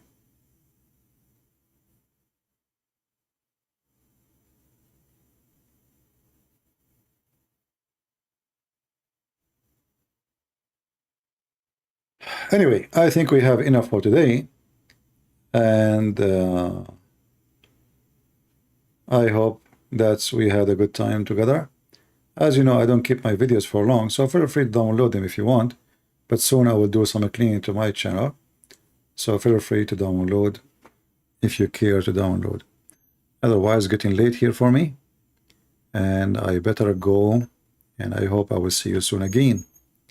Maybe not tomorrow, we will see. Because sometime when you do come every day, people don't miss you, right? And they don't appreciate your work, maybe.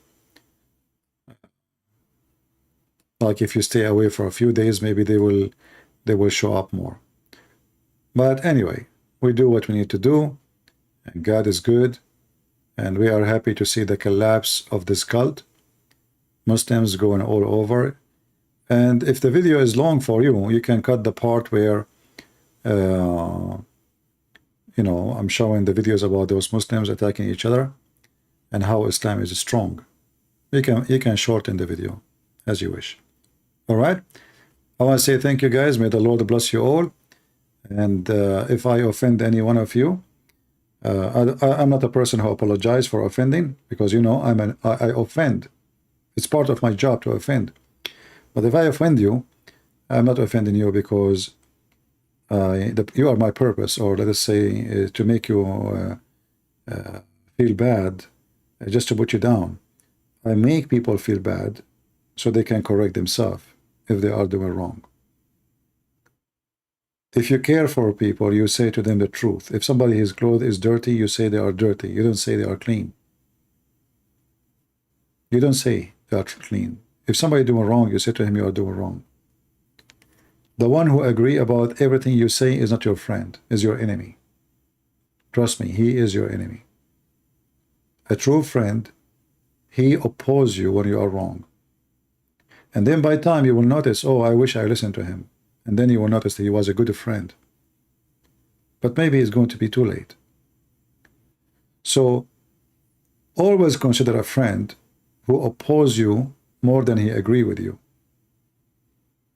Usually those who agree about everything you say, either they have no character, which means they are just a bunch of fools, or they are hypocrite. They don't care really what you do. In fact, maybe he is happy that you are stupid, so he don't want to correct you. So you look bad.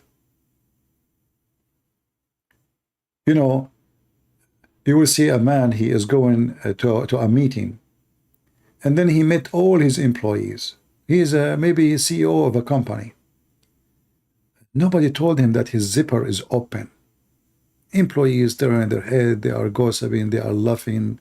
Somebody want to take a selfie, and then there is a guy, you know, he is the janitor, you know, he's not the manager. He's, sir, your zipper is open. That is the guy. That's a good guy. The janitor. All those who make money from working for you, make living, none of them say to you, your zipper is open, either because they are afraid of you or because they are a hypocrite. They praise you however your condition is. But the janitor is a simple man. Sir, your zipper is open. That is better than all of them.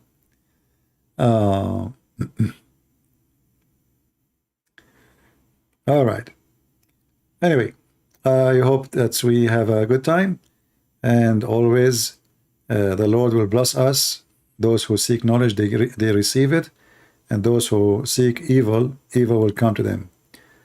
The wicked one, they will live wicked, they will die wicked, and they are going to be in the wicked heaven.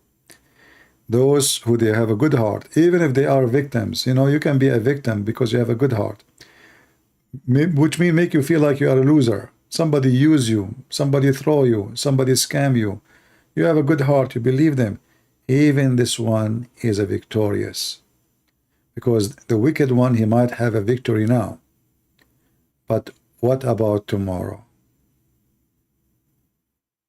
Only foolish people, they think they are victorious by being wicked. The truth, it is the opposite. Totally the opposite.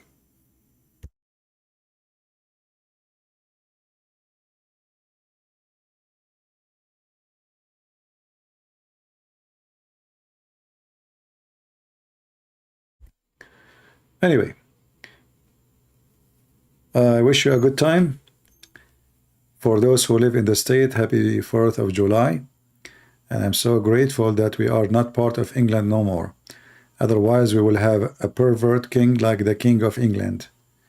And a pervert family royal. They call them themselves royal, when they are the fact a bunch of fornicators, liars, scumbag, money worshippers, and they have no value. And this is a great example about not to be fooled by the names and titles. Royals. What a royal.